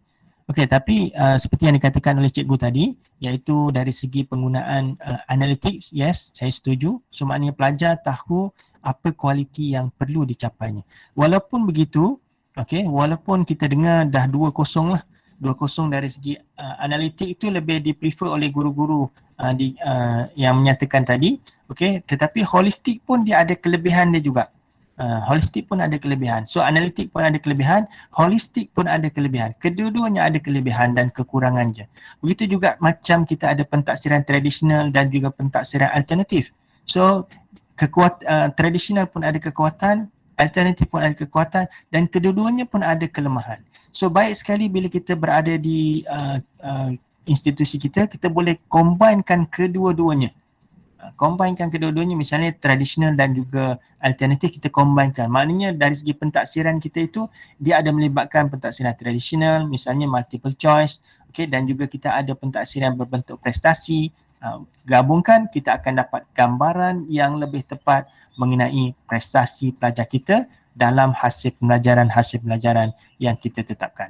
Okey, untuk rubrik holistik dia akan lebih mudah digunakan sebab dia mengambil masa yang lebih sedikit ataupun dia tidak memakan masa yang lama berbanding dengan analitik, kerana dia punya deskriptor itu dia digabungkan antara kriteria-kriteria tu. So maknanya overall, so dia sesuai untuk bila kita gunakan nak berikan markah ataupun skor secara sumatif. Ini adalah kelebihan dia lah, analitik dan juga holistik. Okay, mungkin ada yang dah tahu tetapi just untuk menambah pengetahuan lah, okay, berkaitan dengan pengenalan kepada rubrik ini, okay, konsep-konsep asasnya. So misalnya analitik memberi maklumat diagnostik kepada guru mana part yang masih belum dikuasai oleh pelajar, lebih mudah untuk mengaitkan dengan pengajaran daripada rubrik holistik, okay, sesuai untuk penilaian formatif, boleh meletakkan pemberat pada kriteria yang tertentu. Okay, seperti yang saya katakan tadi. Namun dia ada juga kelemahan dia, iaitu memerlukan lebih banyak masa untuk membuat penskoran berbanding dengan rubrik holistik. Kenapa? Sebab kita perlu lihat satu-satu kriteria dia. So kriteria pertama, okay, kita tengok dia punya level of performance dia. Okay, kriteria dua pula, level of performance dia. Macam mana? Adakah dipenuhi ataupun tidak? Berbanding dengan yang holistik, kita baca keseluruhan and then kita bagi. Okay, ini cemerlang, ini lemah dan sebagainya. That's why untuk yang analitik dari segi kelemahan dia memerlukan lebih banyak masa untuk mencapai untuk kita membuat perskoran berbanding dengan rubrik holistik, dan memerlukan lebih banyak masa untuk mencapai kepercayaan antara pemeriksa berbanding dengan rubrik holistik sebab dia ada kriteria yang pelbagai itu. Manakala untuk holistik, perskoran lebih pantas daripada rubrik analitik, lebih mudah untuk mencapai kepercayaan antara pemeriksa dan juga sesuai untuk penilaian sumatif. Manakala untuk kelemahan dia ialah skor keseluruhan tunggal tidak menjelaskan maklumat mengenai apa yang perlu dilakukan untuk diperbaiki. Okey, walaupun saya tak nafikan, okey, ada juga rubrik holistik itu sebenarnya yang dibina berdasarkan kepada analitik. Maknanya apa dia punya deskriptor yang terdapat dalam rubrik analitik itu, okey, digabungkan, okey, maknanya kesemua kriteria itu digabungkan untuk menggambarkan holistik itu. Okay, so bila demikian, so kita bolehlah menggunakan kedua-duanya sama ada analitik ataupun holistik, itu tak ada beza lah macam tu. Sebab dia punya deskriptor dia sama dengan yang analitik itu. Walau bagaimanapun kalaulah kita punya holistik ini, dia punya deskriptor itu berbeza dengan yang analitik, maka holistik ini mungkin satu ayat saja. Apa benda yang perlu dikuasai dalam kita punya pelajar punya tugasan itu. So dalam konteks ini dia lebih mudah untuk dilaksanakan berbanding dengan analitik itu. Analitik juga dilaksanakan bila kita punya kriteria itu dia tidak boleh nak digabungkan ataupun mungkin dia tidak boleh nak diukur bersama-sama. Macam tu. Mungkin ada kriteria-kriteria tertentu yang lebih sesuai untuk dinilai secara terpisah-pisah. Macam tu. Contohnya isi kandungan, okay? Kemudian bahasa, itu adalah yang mungkin jelas untuk dipisahkan berbanding dengan satu benda yang tak boleh nak dipisahkan untuk holistik itu. Okay? So ini adalah kelebihan dan kelemahan dari segi kedua-dua jenis rubrik ini. Dan ini yang paling penting. Okay? Komponen rubrik. Okay, kita ada kriteria, tahap prestasi dan juga ada deskriptor. Okay, even ada setengah-setengah pengarang juga mencadangkan satu lagi ditambahkan, iaitu arahan. Okay, arahan. Pada rubrik kita perlu ada arahan yang jelas. Okay. Ada juga yang mencadangkan misalnya dari segi tajuk, okay, pun boleh, mana-manalah. So maknanya katalah dalam kita punya rubrik tu, atas sekali kita ada apa yang dipanggil sebagai tajuk, kemudian kita masukkan dia punya arahan, apa yang pelajar perlu lakukan, okay, untuk melaksanakan tugasan berkenaan. selain daripada dia punya kaedah penskoran itu. Okey, so kriteria ni apa dia? Iaitu prestasi yang perlu dicapai dalam hasil pembelajaran. Bukan kriteria daripada tugasan semata-mata. Tetapi kalau kita punya crafting, kita craft kita punya tugasan itu betul-betul daripada kita punya hasil pelajaran, maknanya menggambarkan hasil pelajaran kita, so bolehlah kita ambil direct daripada task itu. Tetapi kalau tidak, maka kita kena cek semula kriteria itu betul tak dia menggambarkan hasil pembelajaran kita. Kemudian kita ada tahap prestasi. Ya. Sebelum pergi jauh ni nak tanya, bukan tanya pasal tadi kan, analitik dengan holistik tu. Ya. Kalau kita gabungkan pun boleh kan? Kita buat dua. Sebab kalau kita buat analitik saja, kemungkinan besar pelajar kita ni pelbagai, ada yang bagus, ada yang tak bagus. Jadi kemungkinan yang tak bagus itu mungkin dia bagus dari segi rajin tolong kita apa semua kan. Jadi kemungkinan yang untuk holistik tu mungkin sesuai untuk mereka kan. Maksud saya macam itulah. Okey, boleh. Maknanya kita boleh grade tu seimbang lah dengan pelajar yang bagus dengan tak bagus kan. Maksudnya itulah. Okey, terima kasih cikgu. Cikgu siapa ni? Sebab nama lain ni, Mekanis Live ni. Fadli, Cikgu Fadli. Cikgu Fadli, okey. Terima kasih Cikgu Fadli atas feedback yang diberikan. So boleh, tak ada masalah. Okey, maknanya bila kita nak gabungkan kedua-duanya pun boleh. Okey, ada yang menggunakan analitik dulu, kemudian barulah holistik. So terpulang lah. Tapi kena ikut kesesuaian lah.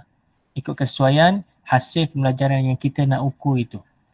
Okey, hasil pembelajaran yang kita nak ukur. Kalau kita boleh menggunakan analitik sahaja, okey, kenapa perlu kita gunakan lebih daripada itu? Kan? Tetapi balik kepada apa yang saya katakan, terpulang kepada keperluan kita. Okey, untuk kita mengukur hasil pembelajaran berkenaan. Terima kasih Cikgu Fadli atas feedback yang diberikan. Okey, dan untuk tahap prestasi, dia adalah menunjukkan darjah penguasaan pelajar, sama ada cemerlang, lemah, okey, skor berapa pada kriteria yang kita telah labelkan ini, kriteria ini. Okey, so yang kritikal yang inilah. Ini kritikal, semuanya memang kritikal lah, tapi tahap prestasi ni sebenarnya kita boleh tak adalah sekritikal menentukan kriteria dan juga deskriptor. Okey, so maknanya kita boleh saja search di internet apa tahap prestasi yang ada. Tetapi kalau gunakan scale, iaitu scale misalnya markah tu, skor markah, so kena berhati-hati, dia mesti selari dengan kita punya apa yang dipanggil sebagai kita punya deskriptor yang kita tulis tu. So deskriptor menjelaskan bentuk prestasi yang hendak dicapai bagi setiap tahap dan kriteria. Manakala arahan ini pula apa yang pelajar perlu lakukan dalam tugasan berkenaan. Rubrik ni alat untuk kita skor hasil yang pelajar tunjukkan daripada tugasan berkenaan. So tapi arahan itu kena jelas. Arahan itu mestilah jelas, okey, kepada pelajar apa yang dia perlu lakukan. Misalnya apa yang cikgu boleh bantu, apakah rujukan yang yang boleh digunakan, adakah boleh menggunakan internet untuk mendapatkan maklumat. Itu semua perlu dimasukkan dalam kita punya arahan. Kemudian tempoh masa untuk melaksanakan tugasan, itu sangat penting. Bahan-bahan yang diperlukan, yang diberi dan yang diperlukan untuk melaksanakan tugasan, so boleh kita masukkan dalam arahan ini. Okey, yang ini adalah penjelasan secara tak langsung saya dah cerita dah tadi sebenarnya, tahap prestasi, kriteria dan juga deskriptor. Okey, yang selalunya yang bermasalah ialah di sini, deskriptor ini. Okey, nak tulis secara jelas. Nak tulis menggambarkan dia mesti ada continuum ataupun selanjar antara tahap lemah, sederhana, baik dan juga cemerlang. Okey, so that's why kita kena dia perlu ada kemahiran untuk menulis deskriptor berkenaan. Okey, ciri kriteria. Rubrik yang berkesan menyerahkan kriteria yang tepat untuk tujuan penskoran. So dia ada ciri-ciri dia. Okey, kriteria ni so kita boleh nilai kita punya rubrik tu adakah dia sesuai. Adakah sesuai? Setiap kriteria mewakili satu aspek penting hasil pelajaran yang ingin dicapai oleh pelajar. Tapi saya tak nafikan mungkin satu hasil pelajaran tu mungkin satu kriteria saja pun ada juga. Macam tu. Ataupun mungkin lebih daripada satu. Okey. Dan kita kena ceraikan, kita kena mungkin bersama-sama mengarahkan apa hasil pelajaran ni, bentuk tugasan dia atau prestasi dia macam mana. Kita kena brainstorm dengan kawan kita apa dia punya kriteria dia. Okey, dan dapatkan dapat ditarifkan Bukan hanya kita menyatakan kriteria tetapi ianya dapat ditaktifkan dengan jelas dan dipersetujui. Dengan jelas dan dipersetujui. Mungkin di peringkat awal kita ada 10 kriteria. Ini kita kena tengok semulalah apa kriteria tersebut. Mungkin boleh di-mergekan antara kriteria berkenaan. Kan? So mungkin ada yang boleh disatukan. Okay, bila disatukan, so kuranglah kita berkriteria. So yang kriteria tadi mungkin kita boleh gunakan untuk menulis kita punya deskriptor. And then boleh diperhatikan, observable, berbeza antara satu sama lain. Kalau kita lihat, kita ada tahap prestasi. Okay, ini tahap prestasi dia, cemerlang, baik, sederhana, lemah. So maka dari segi yang ini, kriteria ni berbezalah. Tetapi dia adalah satu yang bila digabungkan kesemuanya menggambarkan hasil pembelajaran itu. Saling berkait antara kriteria itu. Okay, ini mungkin lebih kepada konsep lah. Nanti bila kita buat training, insyaAllah. Okay, buat latihan untuk membina rubrik tu, dia tak adalah boring sangat. Okay, dan juga menyeluruh. Semua kriteria bersama menggambarkan keseluruhan hasil pelajaran yang ingin dinilai oleh melalui prestasi yang ditunjukkan oleh pelajar. Bila gabungkan daripada kriteria itu, dia menggambarkan hasil pembelajaran dia. Boleh dijelaskan mengikut tahap prestasi. Setiap kriteria dapat dijelaskan mengikut tahap prestasi yang berbeza. So kalau kita ada cemerlang, so apa dia punya penjelasan di situ. Kita ada lemah, apa penjelasan dia. Berdasarkan kepada rubrik yang anda perolehi dalam aktiviti 1, kenal pasti sama ada rubrik berkenaan memenuhi ciri-ciri yang telah dibincangkan sebelum ini. Adakah dianya sesuai, dapat ditaktifkan, boleh diperhatikan, berbeza antara satu sama lain, menyeluruh, boleh dijelaskan mengikut tahap prestasi. Mungkin kena tengok semula rubrik masing-masing. Okay. Adakah ianya sesuai, adakah ianya dapat diperhatikan, adakah dapat diperhatikan maknanya boleh diukur lah. Kita bukan apa yang kita rasa. Maknanya kita menilai itu bukan apa kita punya, apa yang kita rasa, tapi apa yang kita boleh lihat. Apa yang dia boleh buat. Contohnya kalau lisan kan, apa yang kita boleh perhatikan daripada dia. Satu dari segi isi kandungan dia. Selari tak dengan fokus ataupun topik yang kita bincangkan. Ataupun mungkin dari segi gerak badan dia. Okay, ataupun mungkin dari segi kemahiran dia untuk menyampaikan tu. Misalnya kontak mata, berinteraksi dengan audien.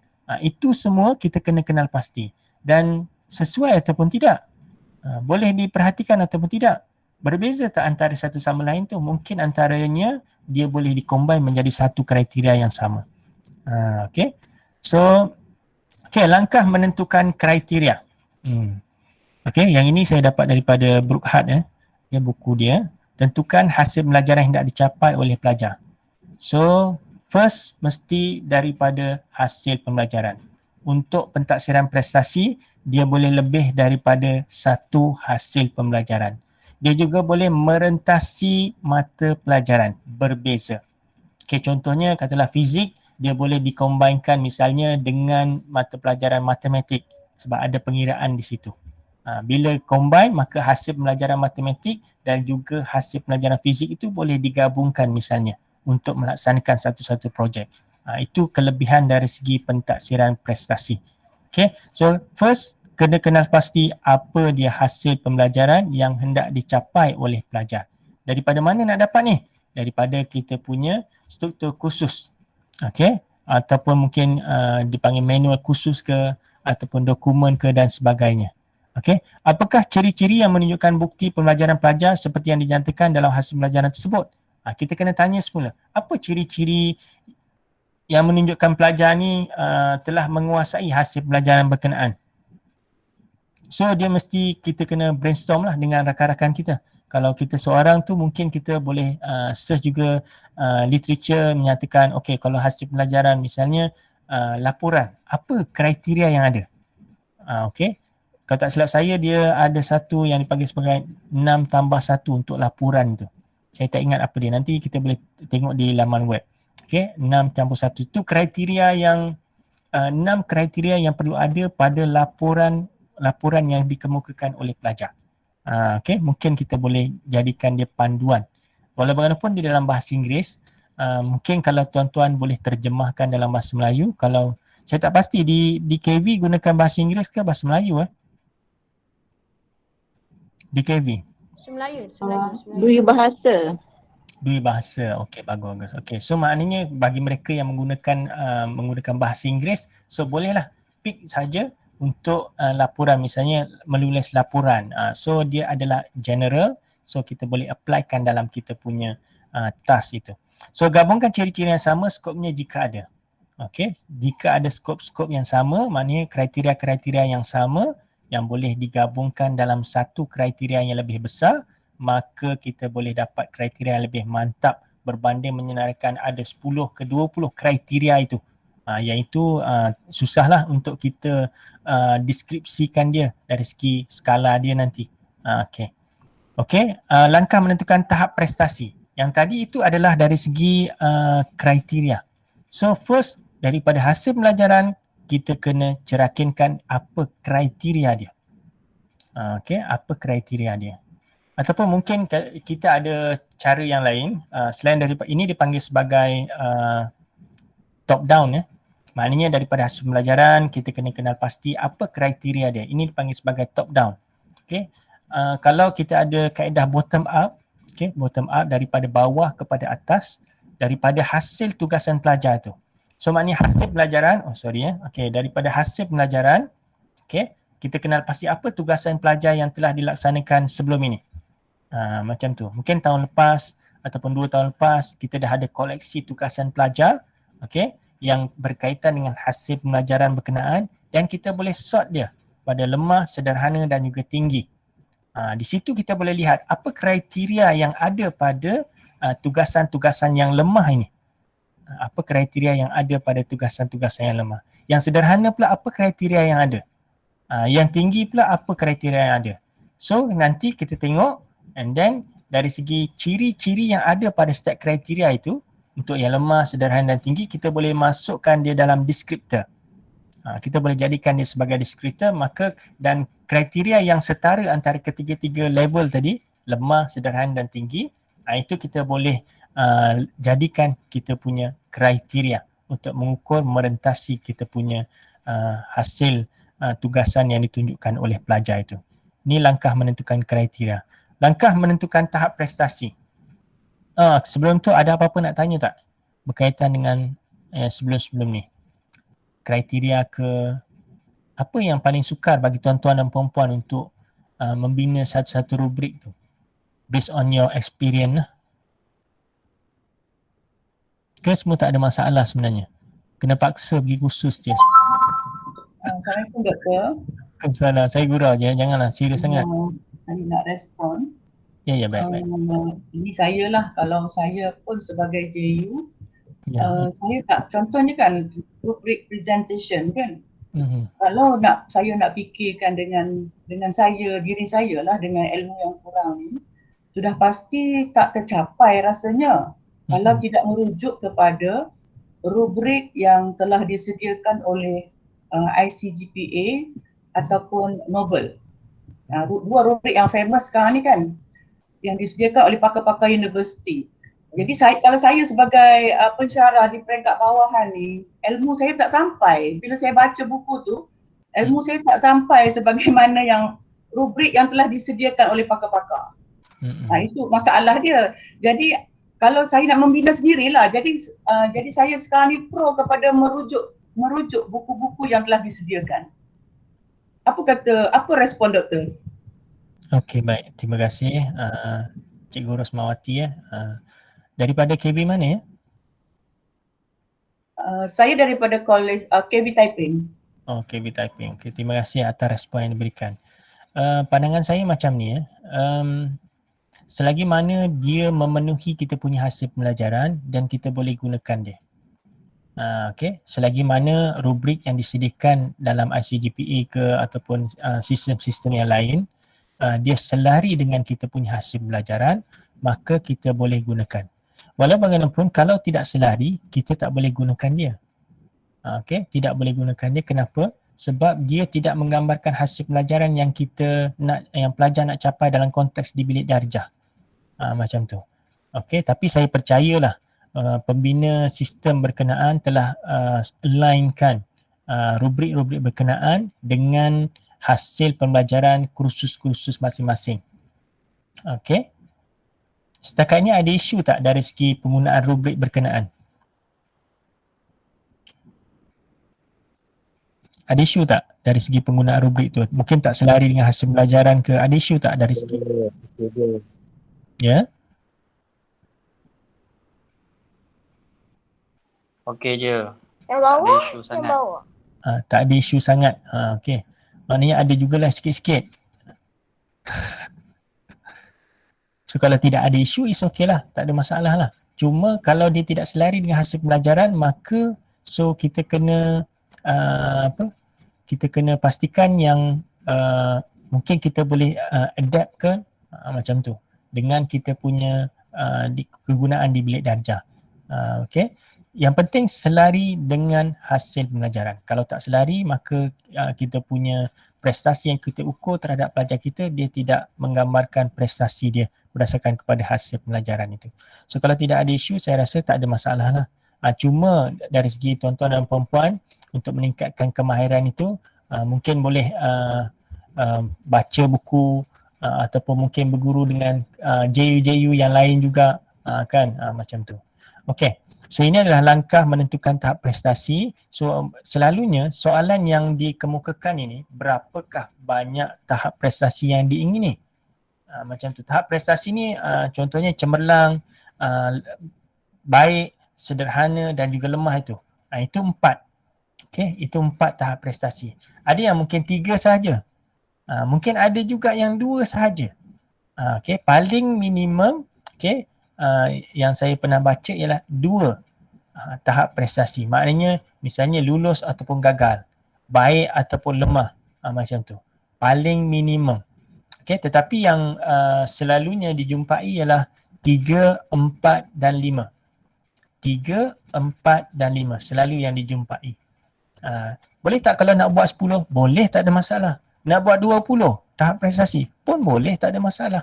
Tetapi mampukah kita nak membezakan tahap prestasi bagi setiap kriteria itu dari setiap tahap tu? Contoh kita ada 20 tahap prestasi. So yang paling lemah mungkin kita boleh bezakan dengan yang paling baik. Tetapi yang tengah-tengah ni macam mana, apa deskriptor dia nak membezakan antara satu tahap dengan satu tahap yang lain. So agak sukar lah. Macam tu. Berbalik kepada yang Puan Rosmawati tu, saya teringat, rubrik ini bukan semestinya kita bina. Okay, rubrik ini bukan semestinya kita bina. So kalau kita boleh contoh ada rubrik daripada internet yang kita rasa suit ataupun sesuai dengan kita punya hasil pembelajaran, kita boleh adapt dia, sesuaikan dalam konteks di bilik darjah kita. Macam tu. That's why bukan tak semestinya membina, tetapi kita sebagai seorang guru, kita mesti ada kemahiran itulah untuk membina rubrik itu. Itu satu yang fundamental lah. Kan, alat pentaksiran contohnya item aneka pilihan. So kita kena ada kemahiran untuk membina itu. Begitu jugalah dengan rubrik ini. Macam tu. Terutamanya bila kita nak gunakan bagi tujuan formatif. Okay. Formatif tak semestinya kita bagi grade. Maknanya pentaksiran yang kita buat dalam konteks bilik darjah tak semestinya kita nak berikan grade dia. Kan. Contohnya katalah kita punya struktur khusus itu, struktur course assessment, dia kata ada kerja khusus sebanyak 60% dan final exam ialah sebanyak 40%. So 40% ini adalah final exam. So tak boleh nak kacau dah. And then 60% ni kita dah tentukan dia punya apa kursus-kursus dia, apa tugasan-tugasan dia. Okay, walaupun begitu kita boleh juga melaksanakan pentaksiran-pentaksiran yang lain. Yang tak termasuk dalam kita punya assessment punya ni untuk tujuan penambahbaikan pelajar kita dan juga kita punya pengajaran. Contohnya, mungkin kita boleh laksanakan penyoalan dalam kelas. Itu pun salah satu bentuk pentaksiran. Ataupun mungkin kita boleh juga laksanakan pemerhatian. Okay? So daripada situ kita boleh dapat maklum balas bahawa kita punya kelas macam ni, pelajar-pelajar kita masih belum menguasai dan sebagainya. Macam tu. Okay? So langkah menentukan tahap prestasi ialah tentukan berapakah tahap prestasi yang dikehendaki. So seberapa banyak selagi boleh menjelaskan perbezaan antara tahap prestasi tersebut. Terutamanya tadi yang 7 dan 8 tadi tu. So 7 dan 8. So maknanya 7 dan 8 skor itu. So adakah boleh kita pisahkan jadi 8 tahap prestasi? Itu bergantung lah. Maknanya setiap satu skor itu ada satu saja dia punya kriteria dia. Kalau boleh kita bezakan antara dia punya tahap prestasi, dia punya deskriptor dia, itu lagi sangat baguslah. Macam tu. So tentukan apakah nama tahap prestasi yang sesuai. Okay, apakah nama tahap prestasi yang sesuai? Maknanya adakah kita nak menggunakan skor 5, 4, 3, 2, 1 ataupun mungkin kosong. Perlu tak dimasukkan kosong ataupun kita nak gunakan secara kualitatif. So terpulanglah pada kita ikut kesesuaian dia. So seperti yang dikatakan oleh Cikgu Rosmawati tadi, dah ada daripada rubrik yang disediakan dalam sistem ICGPA lah. ICGPA kalau tak silap saya tadi. Okay, so mungkin boleh digunakan lah. So tidak ada isu lah dari segi pembinaan rubrik itu. Okay, cuma kena pastikan selari dengan hasil pelajaran kita. So ini contoh tahap prestasi. Kalau untuk 3 tahap, need improvement, perlukan penambahbaikan, memenuhi jangkaan, melebihi jangkauan. Jangkaan ke jangkauan tu, maaf lah ya. Basic ni asas, ini sederhana, ini adalah advance. Okay, advance ni cemerlang lah. Proficient ni mencapai tahap ni. Okay, ataupun mungkin 4 tahap. 4 tahap. So poor, good, excellent, superior dan sebagainya ni. Boleh tengok. That's why saya katakan kebanyakan sumber di internet tu bahasa Inggeris. Dia jadi bahasa tu bila diterjemahkan ke dalam bahasa Melayu tu dia jadi lain. Poor ni jadi miskin pula kan. Okay, poor ni lemah. Okay, good, okay, bagus, cemerlang dan juga sangat cemerlang misalnya. Itu terpulanglah pada kita. Kalau kita nak gunakan ini adalah kualitatif. Kualitatif maknanya menggunakan pernyataan, ayat. Okay, so dia sukarlah untuk kita berikan skor kepada pelajar kita. Kalau untuk tujuan sumatif. So kalau perlu kita mungkin boleh letakkan angka saja. 0, 1, 2, 3. Contoh macam tu. Okay, bergantung kepada keperluan kita untuk menterjemahkan hasil pembelajaran yang perlu dicapai oleh pelajar. Ini 4 tahap prestasi. Manakala yang ini adalah 5 tahap prestasi. Okay, poor, minimal, sufficient, above average, excellent. So tugas kita, bila kita lagi banyak yang kita gunakan, tugas kita ialah untuk menulis apa dia punya deskriptor bagi setiap tahap ini. Deskriptor dia. Kalau kita boleh bezakan dia, baguslah. Tetapi kalau kita tak boleh nak membezakan dia punya tahap prestasi antara 5 tahap ni, antara tahap pertama dengan tahap kedua, that's why kita kena memikirkan semula kesesuaian menggunakan 5 tahap itu. Okay. So mungkin boleh cek di internet untuk contoh. Kan, kalaulah tuan-tuan dan puan-puan diminta untuk membina rubrik perskoran nanti. Macam tu. Okay, sebab bila kita melaksanakan pentaksiran bilik darjah, so kita kena binakan tools yang sesuai dengan keperluan kita. Mungkin ada topik-topik yang kita tidak ajarkan. Okay, ataupun mungkin ada topik yang kita ajarkan tetapi yang diberi oleh misalnya di ICGPA itu tidak tercover topik berkenaan. So dia punya rule of law dia, okay, dia punya rule of law dia, apa yang kita ajar dalam bilik darjah itu dia keluar dalam exam. Macam tu. Apa yang tak kita ajar, so dia tidak boleh keluar dalam kita punya pentaksiran itu. Kalau tidak, dia tidak adil lah kepada pelajar kita. Okay, dan juga last kali berkaitan dengan kita punya komponen rubrik ini, iaitu menulis deskriptor. Yang ini yang agak mencabar. Okay, bagi saya sendiri pun sama. Okay, menulis deskriptor ni agak mencabar. Kadang-kadang perlu penelitian, so no wonder lah yang Cikgu Rosmawati katakan tadi, maka dia perlu mungkin selepas daripada kita taksirkan untuk kali pertama, kita boleh tambah baik lagi. Kita nampak kekurangan itu, kekurangan ini dan boleh ditambah untuk yang peringkat yang seterusnya. Okay, so dia pasti perlu menggunakan bahasa yang mudah difahami dan juga tepat. Tak semestinya kita nak kena gunakan misalnya contoh kesalahan bahasa. Terdapat 1 hingga 3 kesalahan bahasa. Tak semestinya macam tu. Kita boleh juga letak misalnya kesalahan bahasa yang minima. Macam tu. Tetapi bila kita katakan kesalahan bahasa yang minima, berapa minima is minima. Ini kalau ciri seperti ini kita katakan dia sebagai high, apa yang dipanggil sebagai high interpretative. Punya, maknanya dia lain orang, lain dia punya interpretasinya. So kita sebagai pembina rubrik mesti kena low interpretation punya deskriptor. Macam tu. Contoh katalah saya nak mengukur kebolehan seorang untuk melaksanakan pengucapan awam. Okey, pengucapan awam. So apa yang saya boleh ukur daripada pengucapan awam tu? Okey, dari segi konten dia. So konten dia katalah yang pertama selari dengan topik.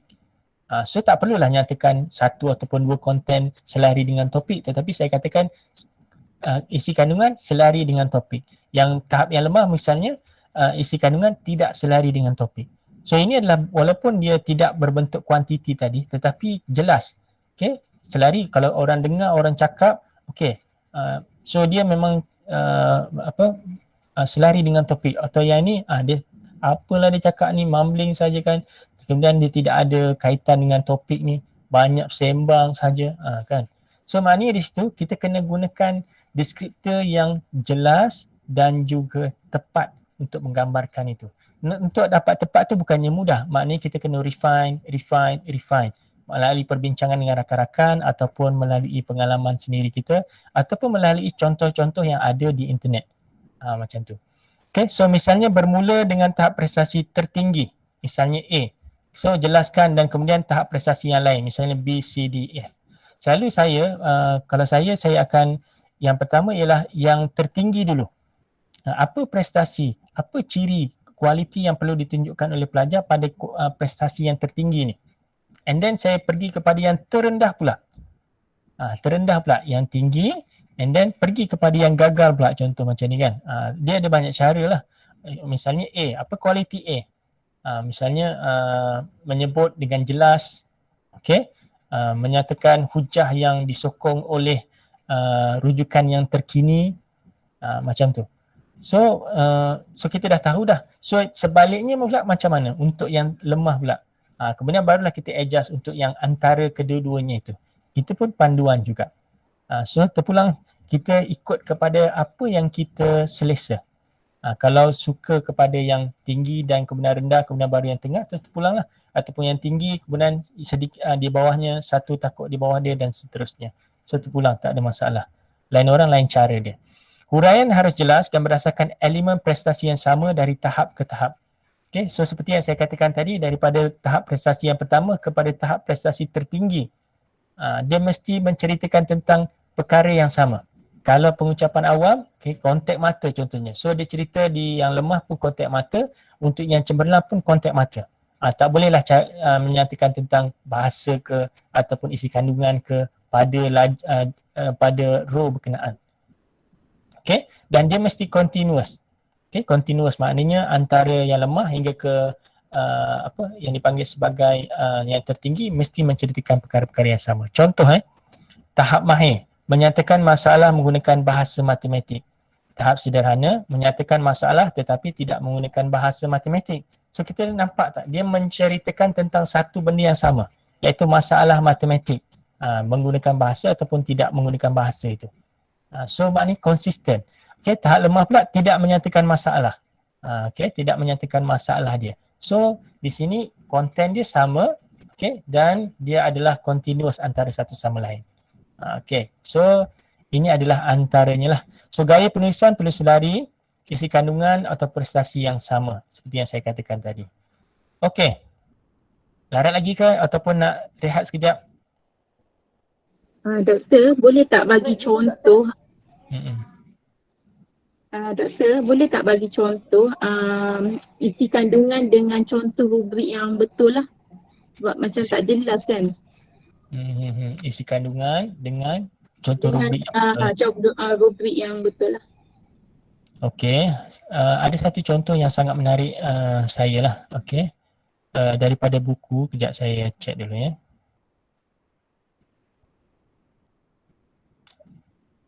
Rehat pukul apa? Patutnya rehat 10.30 tadi doktor. Kenapa awak tak tegur? Cikgu tak tegur, sorry lah ya. Allahuakbar. Saya dah ni WhatsApp kat doktor, doktor tak perasan kot. Oh ya ke? Allah. Okey, so macam mana? Kita nak rehat dulu ke atau macam mana? Sambung kemudian? Saya cadangkan kita rehat sekejap lah. Paling tidak pun 15 minit lah untuk... Okey, kita rehat sekejap ya. Boleh ke? Boleh ya? 15 minit ya? Boleh ya? Para peserta boleh ya? Boleh. Okey, kita berhenti. Boleh. So kita rehat 15 minit, insyaAllah kita sambung balik dalam 11 suku insyaAllah.